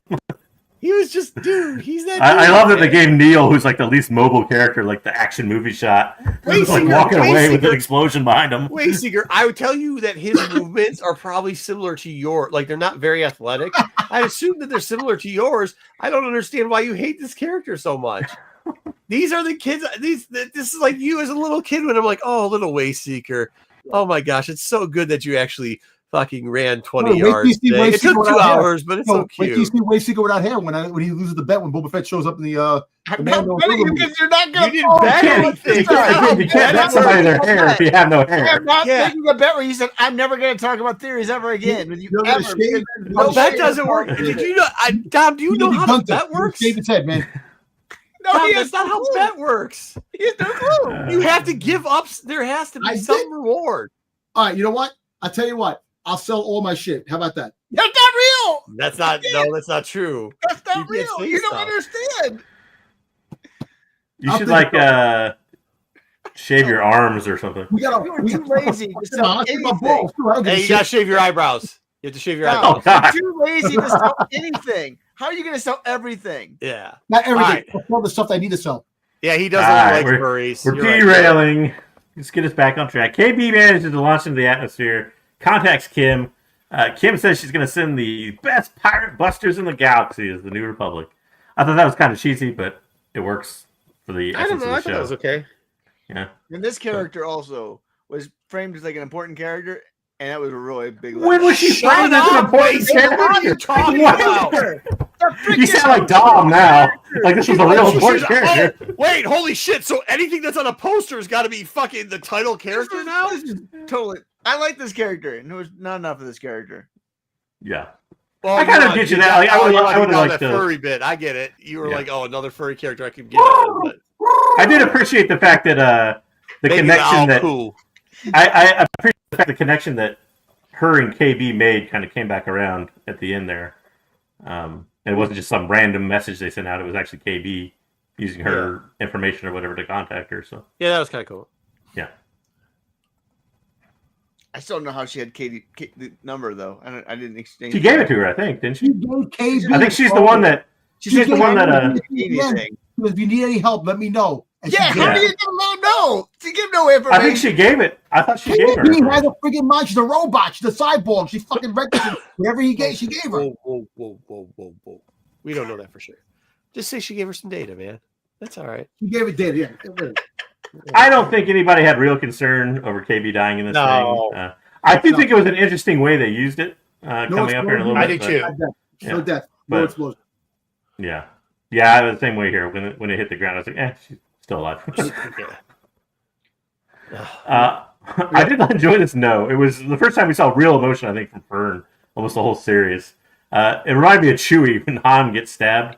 Get killed. Yeah. Ah! Excuse Kylo. Man. Yeah. So that's kind of that what around my head. I thought that was pretty good. Second worst Han scene of all time. When they took away he shot first was the first. Here's the important question. So when KB dies, and you kind of see it a little bit even before she dies, but when KB dies, quote unquote, or crashes or whatever you want to put, Jod's remorse. Did you buy it? I thought it was pretty genuine. Yeah. Like he really didn't want anybody to. Exactly. And there's and it's gonna come up. It's gonna come up a little bit later. It did make sense. I buy it, but it made no sense. It made no sense with his What? character development. I mean, it kind of did. He's been doing that the whole series. The dude's a skit. And then now he feels remorse out of nowhere. But it's all, empty threats. When did he carry through with a threat? He didn't want to kill the kids. And look, let me tell you something. All kidding I aside, get that he didn't want to, but he did all that stuff. think about this. What did he do? Hey, Wave Seeker. He When grounded them you- to their rooms. He did. Because even when his pirates come in, hold on. Even if when the pirates come in, they're grounded in the rooms. They're not on the streets getting shot and blown up. Exactly. So yes, he killed somebody in the beginning. He killed Brutus, Captain Brutus. He killed the freaking Republic dude out. He threw him out of the freaking space dock. I understand that, but the reason why he's a pirate, he's been hold on. Dom's got a good point here. He's stuttering, but he's got a good point. He's saying the Brutus thing because when he did that, he also said, "Hey, there's kids in there. They're harmless. Just be good. Grab them together." I think this is dumb.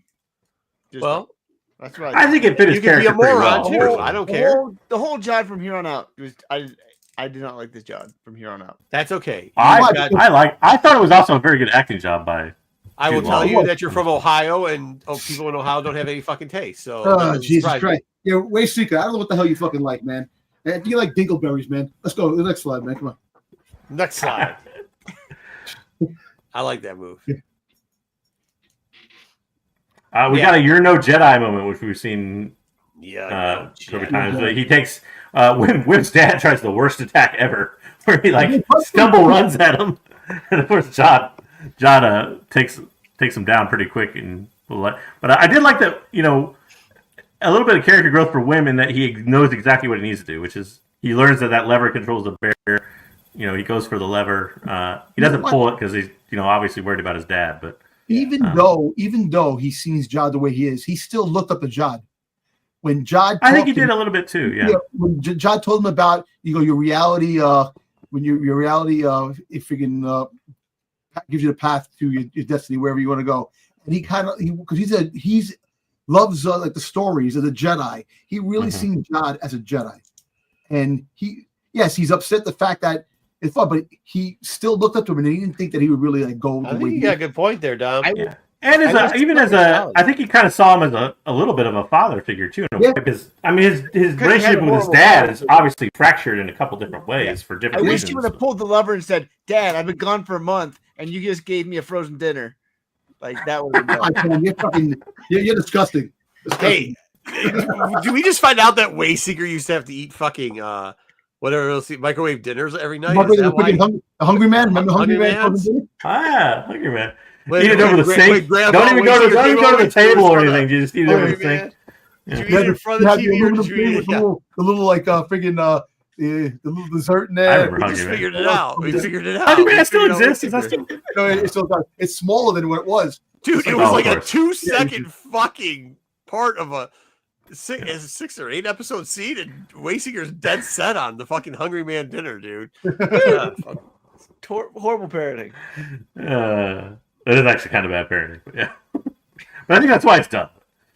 Okay, so here we go. I don't think people at the up top of this thing have any. No, we don't want to hear their opinion on parenting, Mr. Santa Claus. Thank you very much. You keep your opinions to yourself.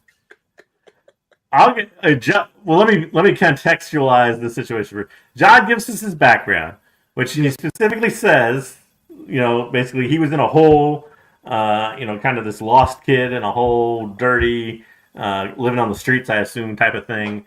He gets found by a woman who's a Jedi, who's on the run. I think he even says she's ragged and kind of on the run, but she taught him a few things, and I think that's where he gets kind of his Jedi wisdom type thing that he says earlier, obviously what little force skills he has, kind of gets from her. And then he says she's hunted down and killed in front of him, and he explains. I thought the really good part and a great acting job by Jude Law was explaining the fact that the universe is really dark. And it brings back the part where he's kind of lecturing the kids really vehemently last episode where he says they're all spoiled and sheltered or whatever. And he had this kind of hard upbringing where there's all these tragic things happening to him and they don't really know what the rest of the world is like. He was jealous. He's jealous. The fact I think, he sees himself a little bit, especially in Wim, I think, as far as Wim being kind of the version of him if things went better for him in life, right? Yes. And what did you guys think, though? Dom, take it away. No, I actually think that. I think the fact is that the way he is, that he said the kids are all sheltered, all spoiled, is that the life he wanted, the life he never wanted the life that he had on the run, living in the streets and doing what he's doing. He looked as the kids as like, wow, these kids got everything, and I have nothing, and that's why he was so bent on finding that the planet. And I think, and I think he does like Wim. I think, like he says, he sees himself in Wim if he did go that route, and that's the thing, the way he's acting, he's just the way he is. He's like, he's seen the world, he's seen what they've never seen before, and he's just letting them know this is what the reality is. The way I am is what the world is at. You guys never seen it. It's not true. Like, there's decisions that I don't think it's that much. Like, I think he's trying to make excuses about the way he is. That's typically what he is. I mean, you gotta imagine this guy's been a pretty big failure. You see this a lot of times, a lot of different people. Like, they always make excuses why they aren't someplace, why they aren't as popular, why people don't watch them on the internet, why they aren't rich, why they don't have money, excuses after excuses after excuses, why they don't own a house. You hear it all the time, man. And part of it is out of a jealousy thing. And I think more than anything else, and that's why they will also idolize people they shouldn't be, like little kids, because they're like, man, if I could just start over, this guy had a dad there. Well, if I had a dad, at least I could have been in a better spot. And I mean, he could have, but like, he also made poor ass decisions. He joined a pirate squad. Like, if you you have to know, if you're going to be in the streets, there's an expiration date, man. I think that's part of his kind of chase this legend and wanting to rule that planet is, he wants to escape that kind of cycle or whatever that he told me he wanted to find bad decisions or whatever that put him in that place, but he makes a bad decision by having the pirates come down and do what they did. The smart decision in that place would have been to turn the thing back on and call the pirates in. Let them die, fill up your plane, go start sailing. Credits and run. Yeah. Well, he would have been the smart decision. We'll wait till we get to the end. He might kind of do something. But you do see that. Like, I thought this was like the most telling part. Like, this is actual real writing. This is what somebody of that thought process, somebody who blames their lot in life later on, would think, because they can't give up those certain things, like the pirates. There was no reason for him to do the pirates. He just couldn't give up. He couldn't give that up. There's no reason, to be honest with you. If he was really that big of a gangster, he should have killed the kids. Should have killed the parents too. But he couldn't do that. But he couldn't do that because remember, this guy's still like in his life. He wants better. He's just too fucking like he just can't get it right. He definitely has he a family. We wanted the people. That's why he has the pirates. The pirates is his family. That's what I don't think that's what it is. I think really what it is you saw people who are worse off than you. Like Misery Loves Company. Those pirates, there wasn't a lot of winners in that pirate group either. They were following him too. No, maybe the old lady took him under the wing on the pirate ship, and he went there and he joined the pirate group. Maybe they didn't like him either, but he fans and butts, candies and nuts. What we do know is this: that pirate crew is a loser ass pirate crew, and they were. Yeah, they were. No, they were, and he's been an all-time loser in his entire life, and he blames a lot. He blamed the Jedi and got about getting hunted down and killed. That speech they gave about it wasn't highlighting that person had taught him and could have given. Like, look, dude, hey, if you're down on your luck, that old lady reminds me of my mom. I think the speech was highlighting that he finally had maybe something a little bit good in life, and then it was taken away from him. I think that's what he was trying to get. But there wasn't. She gave him that's the one I'm telling you. He sees it as like, oh, my luck. If she just wouldn't have died, I would have become a great Jedi. Hold on, Dom. What he doesn't understand is that person taught him how to use the Force. And instead of continuing on and training and using the Force, he's just like, well, she's dead. If she was still alive, I'd be this, and that. No, you wouldn't, because you're not training. Like, you don't have that mindset. He has that mentality that you see a lot of people in this. Do you think, Marco, that falls in line with his character that we've seen? I agree. I think it worked well, but I do. I think that's what I'm saying. Like, I think all those things together works out. We know people like him, people that blame everybody else for their terrible lot in life. We know these people. Like, we know these people, and that's how they act. And they never get any further, and then they get all blown up and shit too. But like, I know, but Marco, like he was scared. He had a woman that he finally found someone that cares for him, and then she got killed in front of him. That's gonna make a kid even more scared and saying, "Fuck, this world is fucking sucks." Dude, And Dom, people. I think that's what Marco's saying, though. He had the choice to either Everybody say had a that choice. or to go on Everybody- and do something better, and he He chose had a choice to go, hey, the this other lady, path. I'd rather honor this lady who died in front of me and taught me. Like, I mean, I hate to say it, but people have tragedies all the time in their life. My father died when I was really young. I don't use that as a crutch. I don't. I mean, and that's what I'm saying. He does. He saw somebody there that taught him something. He used it as a crutch, and look at how his life's turned out. I think that was great. What I'm saying is, I think this is wonderful character development. Wayseeker's a moron because has a spoiled life where he's just been pampered. He's just been pampered his whole entire life. This is out of his realm. Huh? He got double tragedy. He probably had parents that died, and then he was in the street. Then he found this woman that took care of him and watched her get killed. So he had this double tragedy in his life. We don't know about his shit happens, Dom. I know, but sometimes I know we all have choices. I have a quick. Before we move on, I got a question for Dom. Dom, are you? Lady for some reason. Are you? Dom, are you impressed or distressed that Jad was not like an Order 66 survivor, Padawan? Well, you know what? Look, I thought. Look, does it matter to you? Did you like it either way? It doesn't matter. Look, I thought that she died in Order 66 and he survived and he was on the run himself too and he hit himself and he went with the pirates and he got away from all that shit. You know, just hiding the force that he learned and getting away from that to hide himself.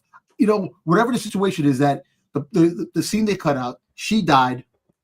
He left, and he went to the hiding someplace, and he wound up meeting up with the pirates, and that's how he wound up, with the pirates. So his choices were to still not honor the woman, like Marco says.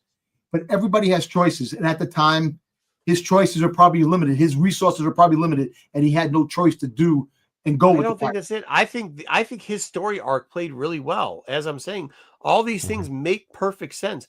We know people like Jad. We know somebody very specifically like Jad. Okay. A lot of people out there like him. Yeah. I mean, there's people like him. You can point it out. Like, and I'm not saying that every decision you make or everybody's just got to get up and grind every day, but we know that situation. Yeah. Okay. We know people like that. So, like, I thought I didn't like Jad for a little bit, but when they did those couple things, his story arc really made, like, some of these decisions now made sense. Why did he get the pirates in there? Because, like, losers love losers to fucking hang around them, dude. Yeah. They just do. Because they know one thing. They'll all complain about anybody trying to get good, and they love to be in their fucking shits. And he could lead them, right? He can manipulate the pirates. I mean, that's what he did when he took over the second time was, let them all to... Well, he was the leader the first time. He was the leader the first time, and then they put him away, and then the leader the second time. So he has that ability. I mean, you could hate Brutus, but when Brutus took over, they were fucking running planets, and people were scared of him. When he was doing it, they were fucking not doing much of shit. Raiding Geraldo or Hoffa's vault with Geraldo. Yeah, weren't you a little disappointed that he was connected to Order 66? He's not connected to Order 66. He's not. Well, he had a master, or he had a Jedi master that found him, or somebody. Well, he had a Jedi that found him, but I still think that was after Order 66 the way he described whatever. it. Don't want you a little disappointed by that? Didn't you what? Didn't you just want to be nobody who had no connection to the Jedi?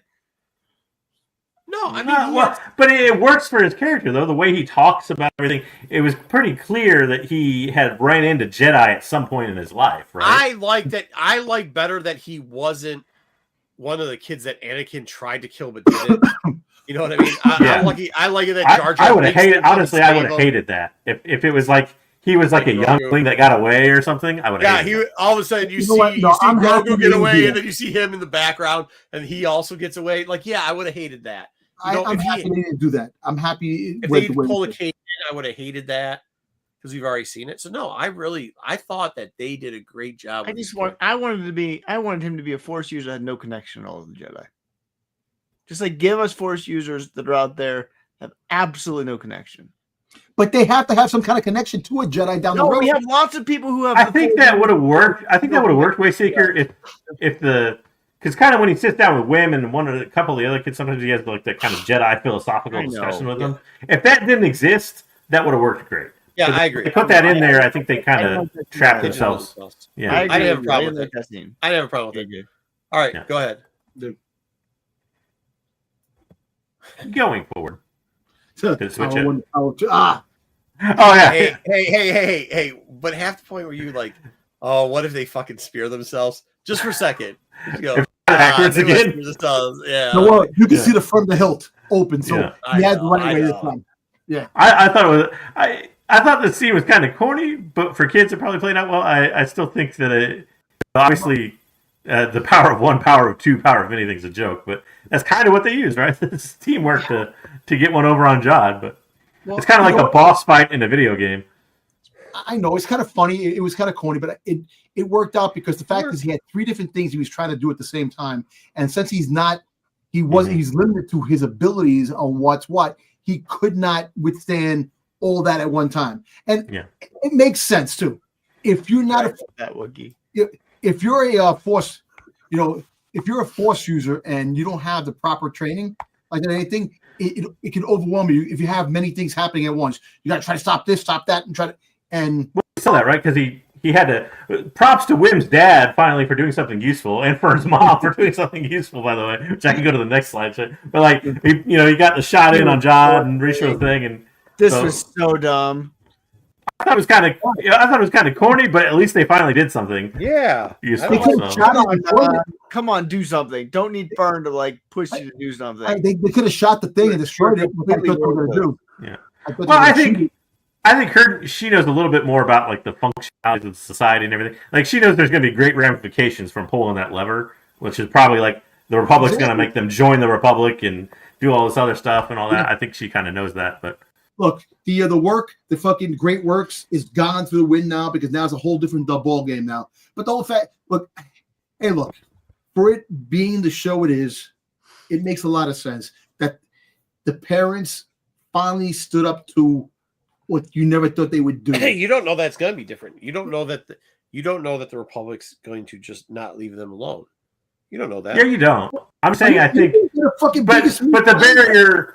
The way she viewed it was the barrier was what kept them a close society, right? And if you permanently destroy that barrier, you're open to the world now. I think that's what she saw the ramifications of. So who's saying that they can't re-put a society there? And no, we do. I'm just saying. I'm trying to explain what's in her head. But hold on, we do actually know that the Republic doesn't take over the planet because after this, the Republic's broke as fuck. And if they took this planet over, they wouldn't be broke as fuck. It looks like Thrawn might take over the planet and build his empire. Who knows?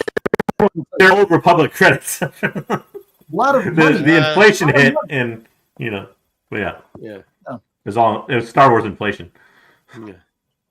Hey, this was like the one shot in the show that I didn't have to like turn the brightness all the way up because this is like the darkest episode ever from lighting perspective. But what'd you think of Wim finally getting to ignite the lightsaber the right way? I know. Stabbing himself in his cross. How about him looking like Luke Skywalker while he does it? Yeah. Luke Skywalker. Finn, I didn't put it on here, but there was a lot of Finn comparisons. Maybe I thought because of the khaki coat that Luke wears all the time. Yeah, it's very Bespin kind of. Yeah, I'm going to give you something something out of this. Of what I see, and I don't know if you have it in a slide, but this is when Jod turns and realizes the person he was. I don't have it in a slide, but I know what you're talking about. It has that shot of him and everything lights up around him from the barrier exploding. So I think he was in the darkness all that time, and the light comes, and he finally sees that the person that he could be. And I think once that again. I think it plays back to he blames everybody for his lot in life, and he sees these kids, and he thought that Finn, because of the relationship with the dad too, you could tell he specifically put him in that room with his dad because he knew there was hostility. But then all of a sudden he sees him finally step up to him. That's not what he thought, because in his head, that's not what happens, right? He thought Wim was going to make the same choices he made. Yeah, it's just like, give or at least up, was trying to convince him to. Yeah, my lot in life isn't what it should be and whatever else. He can never see that somebody's going to be like, yo, fuck it, I'm just... Well, he tells him that when he tries to pick up the lightsaber the first time in the last episode, he's like, careful, it's not one of your adventure stories or something like that. Yeah, exactly. And, look, I want to ask you, I don't know the slide you got. I don't know if you got the slide of the... I can go to the next one and it'll tell you. Okay, because it's still dark. Okay, that's kind of cool. I thought that was cool. That was cool. I thought it was cool as fuck. Yeah, this is great. Yeah. Also, first time we saw this in live action too, with the B-wing laser. It's Yeah, kind of cool so- to see it in live action, definitely. I think that they did a great job with this Yeah. right here. Kudos to the effects team. But this and the bear exploding or whatever it was with kind of the Northern Lights effect and everything was really well done. Agreed. Effects. So Hey, you seen that Fight Club when they're looking out the window? a little bit. I pulled that back. Only there's not a couple there, but yeah. I The thought Fight that- Club, it was him and the woman, but yeah. Fight Club, when he's standing and watching the city crumble. That was good. What do you guys think about Jod's future, Well, though? Is this It's the all last scene we got of Jod to capitalize it was him kind of Well- looking up at the failures of his invasion or whatever you want to- Anywhere or on TV? What? anywhere in the Star Wars universe. No, Comic, we'll see Jod again somewhere. book, whatever. We'll see him We're somewhere. gonna get something somewhere for. I think they are gonna do backstories on this. I don't think we're ever gonna get. I think this was at the end. I think this was a show, and thank God it was, that was meant for one season. They did one season. They didn't. They left a little bit open if you really had to stretch it, but it was a one season show. It was, and it's what it turned into. So I think. Would you? So it's a one season show. The Arc of the Kids is done. Would you want to see like No. I hate to make the comparison. Would you want to see a Book of Boba Fett type spinoff with Jod? No. Okay. No, I think they left it so that it is one. Just, I mean, I think like It's a one and done. One A and one and done. But I do want to see if they make a comic book, a prequel of Jod's growing up, have something like a prequel to this. I think Why are you so interested in Jod's like backstory? We got enough. No, of it. I think the way they did Jod's great. I think the way they did his Hold on, can I backstory was ask a fine. question? Like I almost don't want more. I don't want more of his backstory. I kind of want more, almost of his future. Hold on, What he hold decides on, to do after hold this on. moment. Can I ask a question? Dom, Yeah. you only have one choice. It's a 4-part series. Would you rather have any Jod story, or would you rather have the Addin background story? I'd rather have Jod's story because adding could be worked out into other things. No, you don't get it. No, That's no, not how it works. no. You One either or the get other. one, dude. How do you not understand how shit works, Dom? I said You get- Jod, I you said you said get either one Jod's or story the other. I said I No, want the I Jod said, story. Dom. No, Dom. You can't say I want one, but I want the other. You get one, or you And get that's the what I other. said. If you I get, if want you the choose, Jod story. then you don't get anything of Addin Yeah, ever again. exactly. All right, then I don't get it. Okay, I But I tell disagree you with what, that. I'm going to be I'd honest rather with you. hear the background of Addin. I'd rather have like how the Old Republic was out there, why they were doing the credits, what Totally agree. people that landed on it. I Totally would agree. rather have a Jod- novel on Addin. Jod- What Jod's about just Jod? another dude No, in the universe. I'm going to tell you who Jod really is. Jod is the closest to a great Jedi you'll ever get. Sorry. I love Okay. how Okay, just move you on from that. somehow- Whatever that was. I love how you somehow like Marco hates what I say, and then you say something like that, and Marco's like, I can't believe that Tom is worse than Wayseeker. Wayseeker, yeah. It's the it's the like- Closest disbelief. to a great Jedi you could possibly get on the border. No, what a it's not great even Jedi that. is. I can't believe the stuff that comes out of his mouth, and he's Well, like, listen. how? Like, how did you even form that? What no, I hold say- on. No.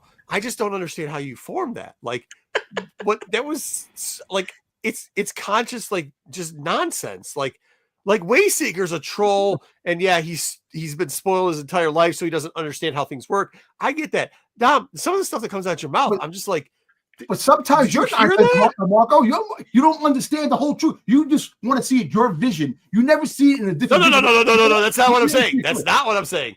What I'm I'm literally saying- saying is, did you understand what you just said? Yes, that it's the closest to a great Jedi you'll ever get because he had Jedi training, so he is. No, he didn't.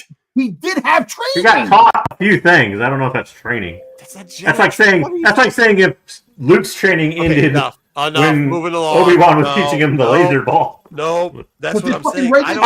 right, Did Rey get Let's- training? And she's a Oh, fucking no, master Jedi? go on. we're on. Okay, so we see the reunion of all 4 kids at the end, which they're on a pile. So John's already loaded the ship with credits. Like he could have probably left like 20 That's what minutes I'm ago saying. and been fine. Yeah. But like the SM33 still alive. The question is, or 3-part, I guess, question: best kid and worst kid, and do you want more of the kids, or is this the one and done season? Like, and I mean, same with Jaws thing. Like, do you want to see them anywhere, like a novel, a children's book, a comic, whatever? So can I say this now? Because I was trying not to spoil it. I think the storyline out of 3 of these kids are complete. I think Finn. I think Finn. Wim, and who's Data? Data KB. chick? KB. KB. Their stories are done. They've done it. Think so. Their arc is done. The only one who doesn't have a story that's finished is my man Neil, because I mean, he got hooked up with that chick, right? You gotta go back. He gotta hook meet up. with Hannah. He's got to come back. He's got to come back. He's the only one that doesn't. But no, I think they did great. I mean, I think they're good. I'm not. If we don't see the kids again, we don't see him again. Like, am I gonna miss Neil? Yeah, I thought he was a great character. I thought everything they did, like leaving him in the Oshkosh bagoshes, you know, having him do action scenes where he's really not athletic at all, like have him be shy but a pimp. Like, yeah, I mean, it's a great character, but do we need any more of these? Definitely not those three. Do I have a liking towards Neil? Yeah, I thought the character is really cute, and I thought he was always on point. There wasn't, out of all three characters, they did have different points where some of them you're like, Neil never missed. But that doesn't mean we need more of them. And that's for somebody who loves the character. We don't need more of them. He was just the best out of all the characters. He never missed. So, Do you have a kid you didn't like very much? no, not in particular. If they didn't develop out Finn and or Fern and Win, I would have had a problem. I think they kind of short-ended what's her name too. I wish they would have KP. Yeah. I think she got all her exposition or her character development a little early. Yeah. I mean, I just think like they didn't. But how much are you going to do what you had? You could only like they developed a lot. You had a full arc on Jod. If you believe it or not, you did, and it's an incredible. Like I'm not particularly fond. I think of that actor. I didn't think he played the part the best, but the writing for that part was done very, very well. It was, and like to bring these two kids back, like they didn't make people want to not like those two kids, Fern or whatever, and they finished their arc at the end too to make them make sense and enjoyable. You know what I mean? Yeah. And so they did a great job. I mean, they did a great job with it is a tough task with what they had to do, and I thought they did a great job. But I mean, that's just me. I know Wayseeker's gonna go shit on it in a minute, but whatever. Fuck. Before we Wayseeker, I want to say this much. I don't know that I have a favorite and a worst. I think my favorite was probably, I guess, Neil. Worst was probably Fern, although, like I said, I warmed to Fern, I think, as this episode went on. But there was, at least, especially up until the last couple episodes, and there still might be, I haven't really looked, but there was a lot of criticism of the kids acting and these things by kind of trolls and stuff. If you're one of those people, fuck off. Like, see, these kids did a great job, I think. Yeah, they did a really good job. In their roles with the show. They did. They really did. Yeah, so if you're one of those people, I don't want to talk to you. Yeah, no. I think that's a valid point, and I actually think I was concerned, except for in the last little bit, the writing turned. I think it was purposely done so. The acting. The writing and the development of the characters wasn't always the best, but I think the acting for the kids. The acting was go get fucked. So best kid to me was KB. Worst kid, of course, you fucking loser. Worst kid was Wim, but I do think of all the characters we're gonna get, Wim's coming back. Wim is definitely. Yeah, I got the slide for that next. Wim is definitely going to be in the Republic somewhere, and we're going to see him flying around in an X-wing in something in the future. It's guaranteed. We're guaranteed. Dom, I've had enough of Wayseeker's nonsense. Dom, I would put money. I put Are you for or against that? I mean, I know you like killing kids. I don't want it. I don't want it, but we're going to get it. I'll put $1 right now, Marco. $1. We're going to. Well, I mean, I don't. I'm not going to. Well, I don't care. I know. I don't want them. I don't want. Like Neil, once again, my favorite. I don't think they need to touch this stuff. Dom, go ahead.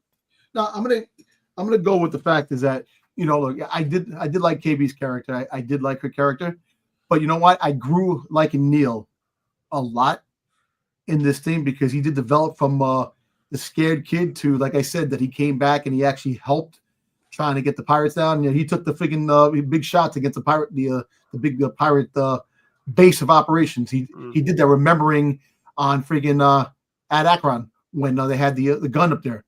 For him remembering that, kudos to him. Everybody hates on Wim. I actually like Wim's character. Yes, he was annoying the way he is, but all kids are like that. Luke was like that. Even Luke was fucking 18 years old. fucking goddamn Kylo Ren was a fucking a kid. Wayseeker still like to that. that point, Wayseeker to this day still acts like to that that. point, that was a complaint I got. I read in a lot of. I was gonna do like we didn't have time. I didn't think so. I kind of cut it out of my head. But I was gonna do like a worst reviews I saw of skeleton crew type. We should do it next week. We can if you want to. Yeah, but like, sure. like that was the criticism was that like the kids, especially Wim, is too whiny. I'm like, did you not all watch Star Wars previously? Like, was Anakin like not the whiniest kid ever? Was Luke not super whiny? Like, I mean, come on. All the kids and Luke, I gotta go to Tosche Station. Luke to Jedi to Return of the Jedi was whiny as shit the whole way. You know, so look, but to friggin' write off a fucking Wayseekers thing, Wim is a character that probably definitely is coming back. Definitely. You know, he's the one that that basically, if you really look at it, the story is basically around him. You know, and after this shot right here, it's a definite that his future, he knows where he lies. He wants to go. Yeah. After this. I mean, they basically tell you, right? Because it's like they make the joke. Well, I guess you don't have to take the assessment anymore, and then he's immediately looking up at the Republic ships. So they tell you we're getting more. Also, I love the fact that they didn't broom boy it at the end. No broom boy. I love that. Yeah. And no broom boy. No force whim or anything. No broom boy. I love that part. John did say that the force goes. Remember when he was prisoner, he turned around. He said the force goes through everyone. Yeah. Through everyone. So basically, that's but why. You don't think this is just? Hold on. You don't think this is just an end up where they're like, we're gonna finish this, but we want to leave a back door. Just pause. I think so. I mean, yeah, but it's.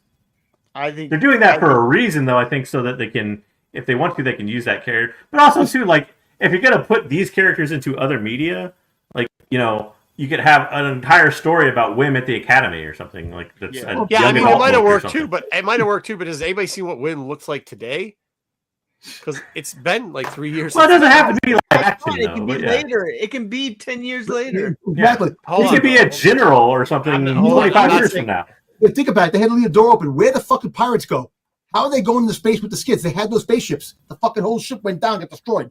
I would assume they all got captured or died, one of the two. But the whole fact is, I can see Jod in a New Republic prison. Vane's still alive. I can see Jod in a prison. And, if they do a season 2, it opens up with Jod fucking thinking about when his mom was killed by the Jedi, waking up in the prison and getting up and thinking about his past, that he actually helps the Republic later on. He's gonna wind up turning good. I don't think he's gonna fucking be a bad guy the entire time.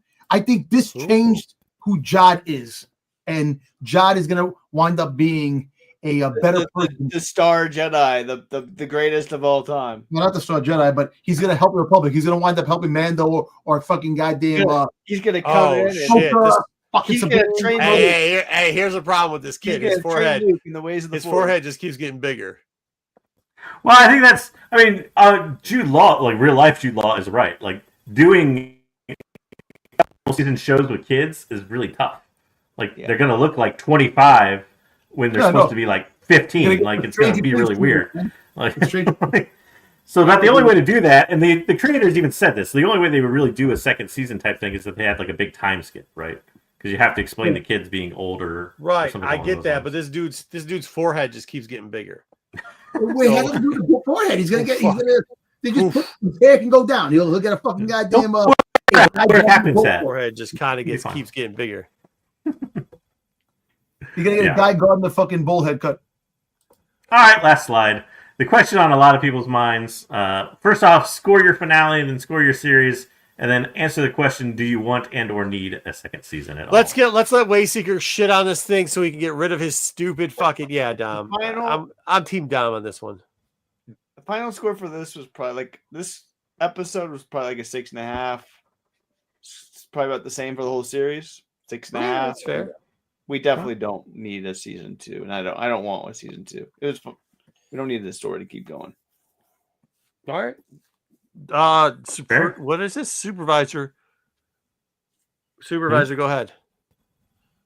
Oh, me? Yeah. I don't know, for finale, the finale kind of had a little bit of stuff I didn't like so much in there. I'd probably give the finale about an 8, though. Like, I think it worked well. I love what they did with Jod's character at the end, and I loved like I said, I really liked the fact that you established so much with so little. Like Yeah. establishing the timeline of Adam, which is a few lines of dialogue from the supervisor, and John's background, which is a few lines of dialogue from him. Like they did a lot with a little bit, and I think they stretched that a long way, and I think it worked out pretty well, really. So I'd say 8 for the finale, probably for the whole series, 8.5. I think I thought it was pretty good. There's some ups and downs, and there's some episodes that I thought were kind of lower than I would have liked, but as far as quality goes. But overall, I think 8.5 is probably pretty fair. Do I want a second season? Nope, not at all. I don't need a second season of the kids. Like I said, I wouldn't mind like Jod's story coming up somewhere else in Star Wars media. It doesn't necessarily have to be a TV show or a movie even. Like it could be a novel or something like that. I wouldn't mind so much learning a little bit more about him and learning a little bit more about Wim's future, maybe in a way. But like, do I want a second season? Do I want a spin-off series? Not really, no. Leave it where it is. It ended well and everything. Leave it where it is. I would, yeah. I mean, I think when I think back on the actual episode, there's parts where I was like, eh. So I'm not giving it a 10. But I'm not giving it a 6 either because they, like JJ mentioned, there's a bunch of times where they use 8 words to perfectly explain what some people would use a whole episode to explain. They finished arcs on characters that if they didn't finish they finished. We always talk about hit the landing. They did. They closed every door that we needed to have closed. They finished arcs on characters. Yes, the one young lady's arc was kind of lame, but whatever. But the other 2, they finished them. Neil's arc is great. Jod's arc, I thought, was wonderful, even though the actor's shit. And, the parents made sense. A little bit of the droid, some of the jokes I don't think landed as well as some of the stuff they had done before. But the scenes going back and forth, Neil going up to find, like, just the small details that they put in there. Underrated, super underrated space scene. Nobody's talking about. I mean, UE said something nice about it, but super underrated there. And a lot of stuff made sense, which is kind of what you hope for. I think they did stick the landing. I'm giving this episode an 8.5. I'm giving it a 9.25 overall. Very good show. I do not want to see it a second series. I actually don't want to hear anything more about any of these characters, but I do want to find out more about the planets. Maybe like the mom, maybe the mom situation because she got so high up. That's how you lead it into it.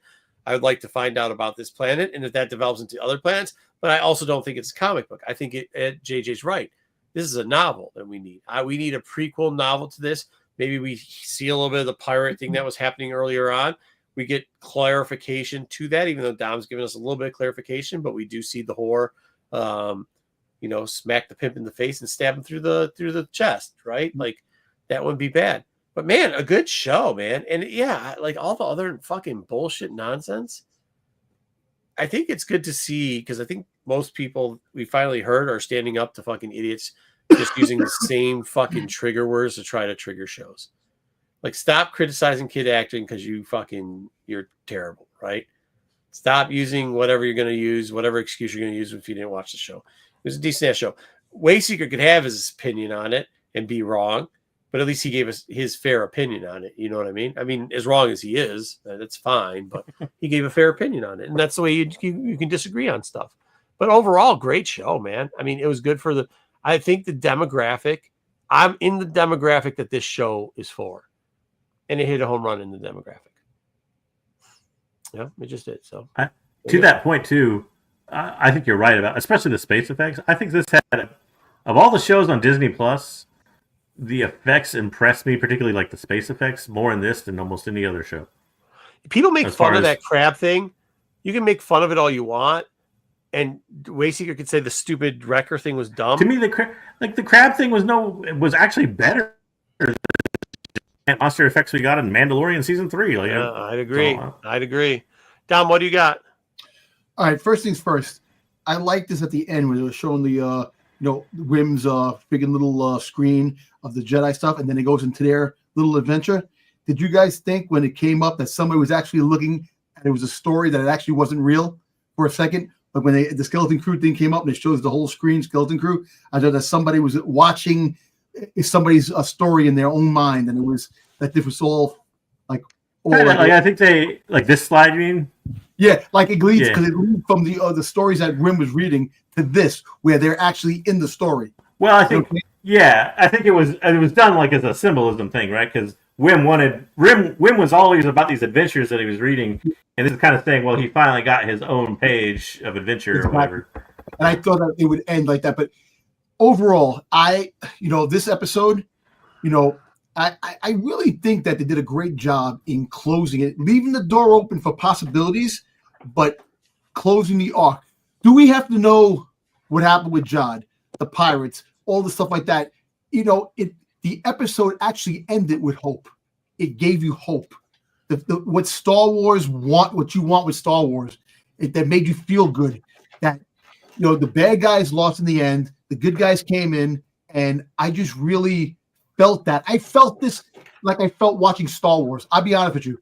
When I watched Star Wars for the first time, I felt this with this. And I enjoyed it, man.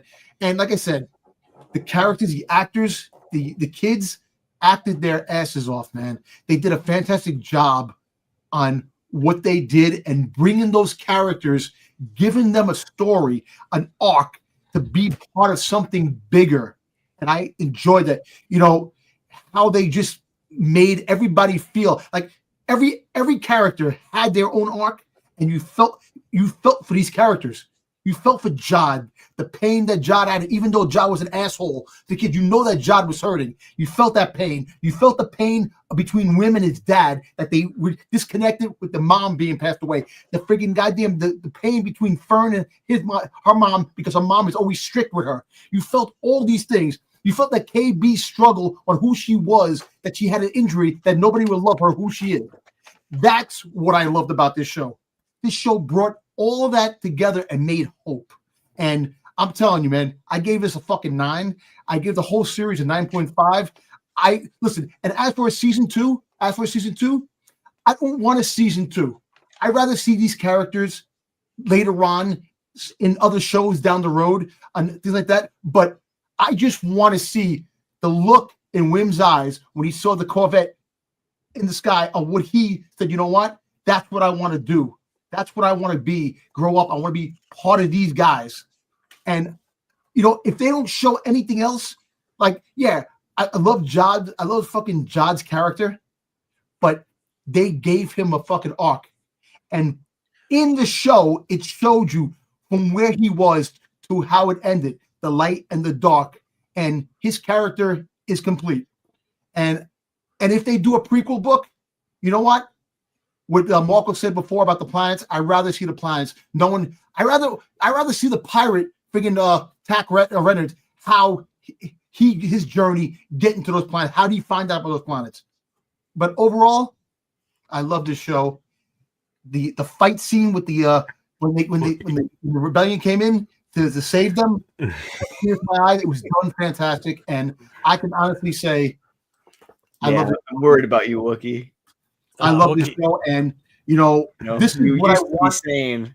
This is what I want from Star Wars. I mean, besides this is what I want from Star Wars. You said a lot of good points there, Dom. Yeah, I have to say, I'm almost with Wookie Fanatic, going like, what the shit are you saying? Because it makes sense. And then he's did Dom just give the best review of all of us? Yeah, I'm spending my viewership next week. I mean, it's different for different people. So some of the things you enjoyed about it wasn't quite what I enjoyed about it, but that's where I think it comes down to the fact of it hit on a lot of things. I mean, it hit on a lot of things, and it's the first show that we've seen in a long time where they I mean, what bad can you say? The worst is Wayseeker, and that's not what he said. Wasn't even that bad. Man, I think they did I don't know that it was I wouldn't say it was perfect or anything, but admirable. No, I mean, from the perspective, I think they did a very admirable job and a very solid job stretching it across different graphics, right? I mean, the fact that younger people can enjoy it and Dom can enjoy it says a lot. Your old Star Wars fans can enjoy this on a level, and your young fans can enjoy it on a level. But I mean, this is where I think too, resetting the thing. Me and Mark Spears were talking about this. There's no more WGN Sunday night movies, right?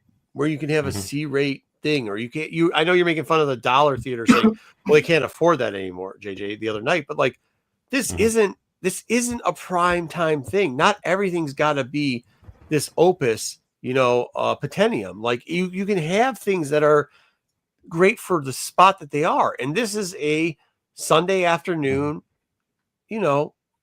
Popcorn TV, movie. yeah, popcorn movie show that you watch This over is too much for that. The problem with that is this costs more than an episode of Game of Thrones.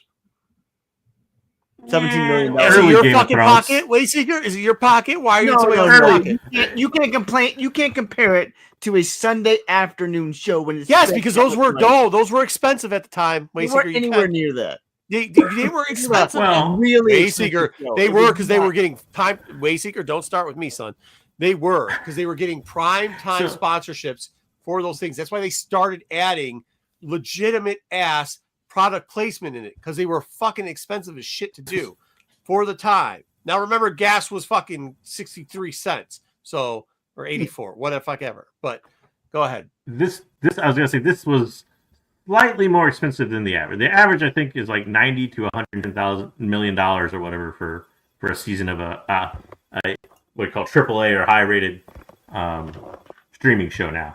Right. So I think this came in at like 130-ish, something like that, if I remember right. So it's not crazy expensive. And I know people compare it to the Game of Thrones thing, but Game of Thrones was 10 years ago. House of Dragons is the Game of Thrones now, and it's much more expensive. So it's also short episodes, shorter than most AAA episodes.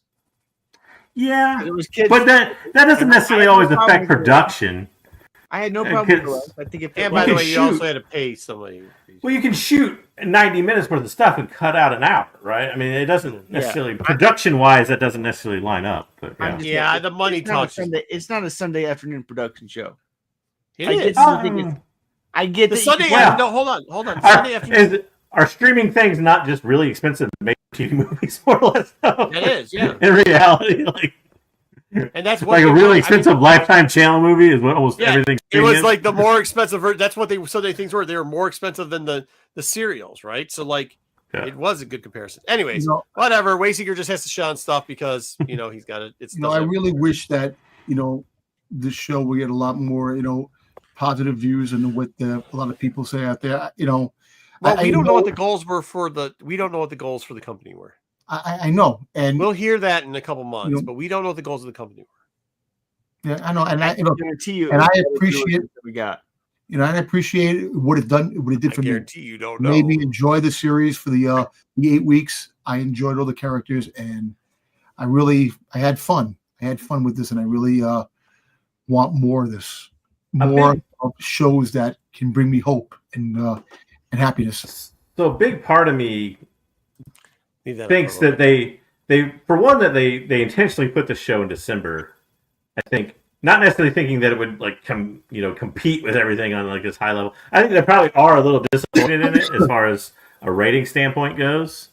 I think they thought that doesn't always necessarily mean whether or not it'll get renewed on because then you have critics and other things jump in there. But I think the fact that they didn't pull out nearly as many stops. It's kind of almost like Andor, right? They didn't pull out nearly as many stops advertising this as they did, say, Obi-Wan or Acolyte. So I have a feeling that Disney, from their perspective, was like, listen, this thing may just be, average viewership.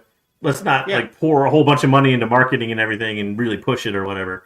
And I think they meet their expectations. I don't know. I have no idea. But whether or not, I don't think they expected like the full expectations of an Ahsoka or an Obi-Wan. I agree with that completely. But I think it's safe to say, like, if you're going to compare this against anything on Disney Plus, like I would compare this in the Percy Jackson realm of viewership. This is not anywhere near the viewership of Percy Jackson, and Percy Jackson actually cost less per episode to make. What? Percy Jackson is. Hold on, stop. No, it's not the same. Wayseeker. What the fuck? That's type the of same apple viewership and fucking for with kids. Sea cucumber fucking comparison are you doing? No, Stop. Percy Jackson. Every time a book comes out about Percy Jackson, it's number one on the top seller list. That has been established for over fucking 2 decades. Star Wars for No. This Percy Jackson So it's like you took a character out of one book of or put a brand new area in Percy Jackson's atmosphere and started that as a show, not Percy Jackson, but did that as a show and put it up there. You can't. You're saying if we did a show on Luke Skywalker, it would be Luke Skywalker versus Percy Jackson. And it sucked. This isn't the Luke Skywalker versus Percy Jackson. Luke This Skywalker versus Percy Jackson. This is the question that inquiring minds want to know. Dude, Percy Jackson was awesome. Percy Jackson was awesome. I love that show. Come on. I must admit, as a younger me, I did watch the movies just because Alexandria Daddario or whatever her name was in them. But there was already Percy Jackson movies. The series was there's been two Percy Once Jackson again, movies. so the character's already been. You can't say a well-established character and the movie characters compared to the show. Wayseeker. You cannot say. You cannot compare. Oh my God, I'm done. Wayseeker. Dom, you're ahead of Wayseeker again. Wayseeker now is Dom moved up in the batting order. Yeah, Dom went back up because he had some dumbest shit to Wayseeker open his mouth. This is one of the best shows on Disney Plus. You have just said some of the dumbest shit. You said they're exactly comparable. A well-established movie franchise of a character with fucking multiple. I didn't even know there was fucking movies on that shit, but they already had it. Compared to a brand new thing that no advertising done whatsoever about this thing, and no characters anybody had ever even come close. They're all original fucking characters to a well-established character. Are you fucking kidding me? It wasn't even in the same atmosphere. Dom 2.0. Stop. That's fine. You're Dom 2.0 at this point. I'm just saying it costs more than that show per episode. Okay, you don't think they want? Who cares? You don't think they wanted decent numbers, dude? I'm telling you what. I think they always want decent numbers. But Wayseeker with the delay, you know what it was telling me? They were one step from just canceling this and throwing it away. That's what it's telling me. So they pretty much said, "We'll throw it up in December and see if we can get anything at all out of it." I mean, sometimes that's what you gotta do. And part of me thinks so. If you ever notice trends in media, like there's a lot more. We're gonna have vacations. Vacations and everything else. Like there's a lot more kind of earned media or discussions and stuff in media as far as like, you know, articles written and stuff like that. It didn't even get a lot of that. But I think it got, I think what Disney was going for, like I said, I think they kind of resigned themselves to the fact that it's not for everybody. It might get like average viewership. But I think at the same time where they thought it might get average viewership, I think moving into December, they thought, well, it may get a little more press credential as far as like critics go and stuff like that. And I think maybe that's why they moved it to December. It didn't. I think they pretty much were like, we have an open. Oh, the critics loved it. What are you talking about? Critics loved it. It didn't help. It didn't help. No, it didn't help boost the viewership. I'm just saying positive reaction wise, I think I'm telling you though, like there's a lot of people. I still play Star Wars Unlimited every week. Those people didn't even know there was a new Star Wars show out. Didn't even know. Like I told you guys about the poll, I think I saw in the third week or whatever, which is like, you know, it was basically asking, did you enjoy the first 3 episodes of Skeleton Crew or whatever? And like, it was like 90% said yes, like 15%. No, I'm sorry, it was 80% said yes, 15% said no. But then there was like, out of like the entire amount of people polled or whatever, there was like 77% said they're not even going to watch it. So like only like 2,000 of the people, of the 12,000 people that responded, were going to actually watch the show, and the other 77% had no, other 10,000 had no intention to watch the show. So which is fine. All right, well, let us know, Ruben. We could definitely substitute out Wayseeker's ass. But yeah, get that review done for next week. Thank you, everybody that stopped by. As much when I'm on the show. How do we do 3 hours? Holy shit! I know. All right, let's go. We're getting out of here. Yeah, we're getting out of here. All right, everybody, have a good one. Next week we're probably moving on. Out. What's that? Percy Jackson out. I don't even know what the fuck that is.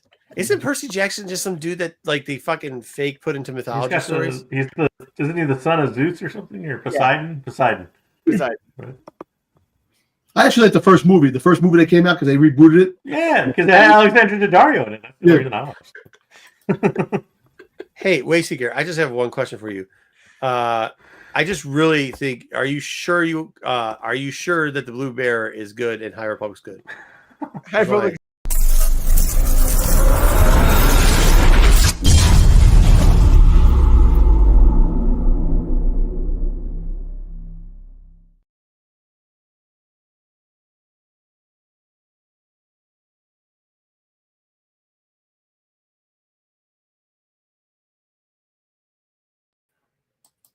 His first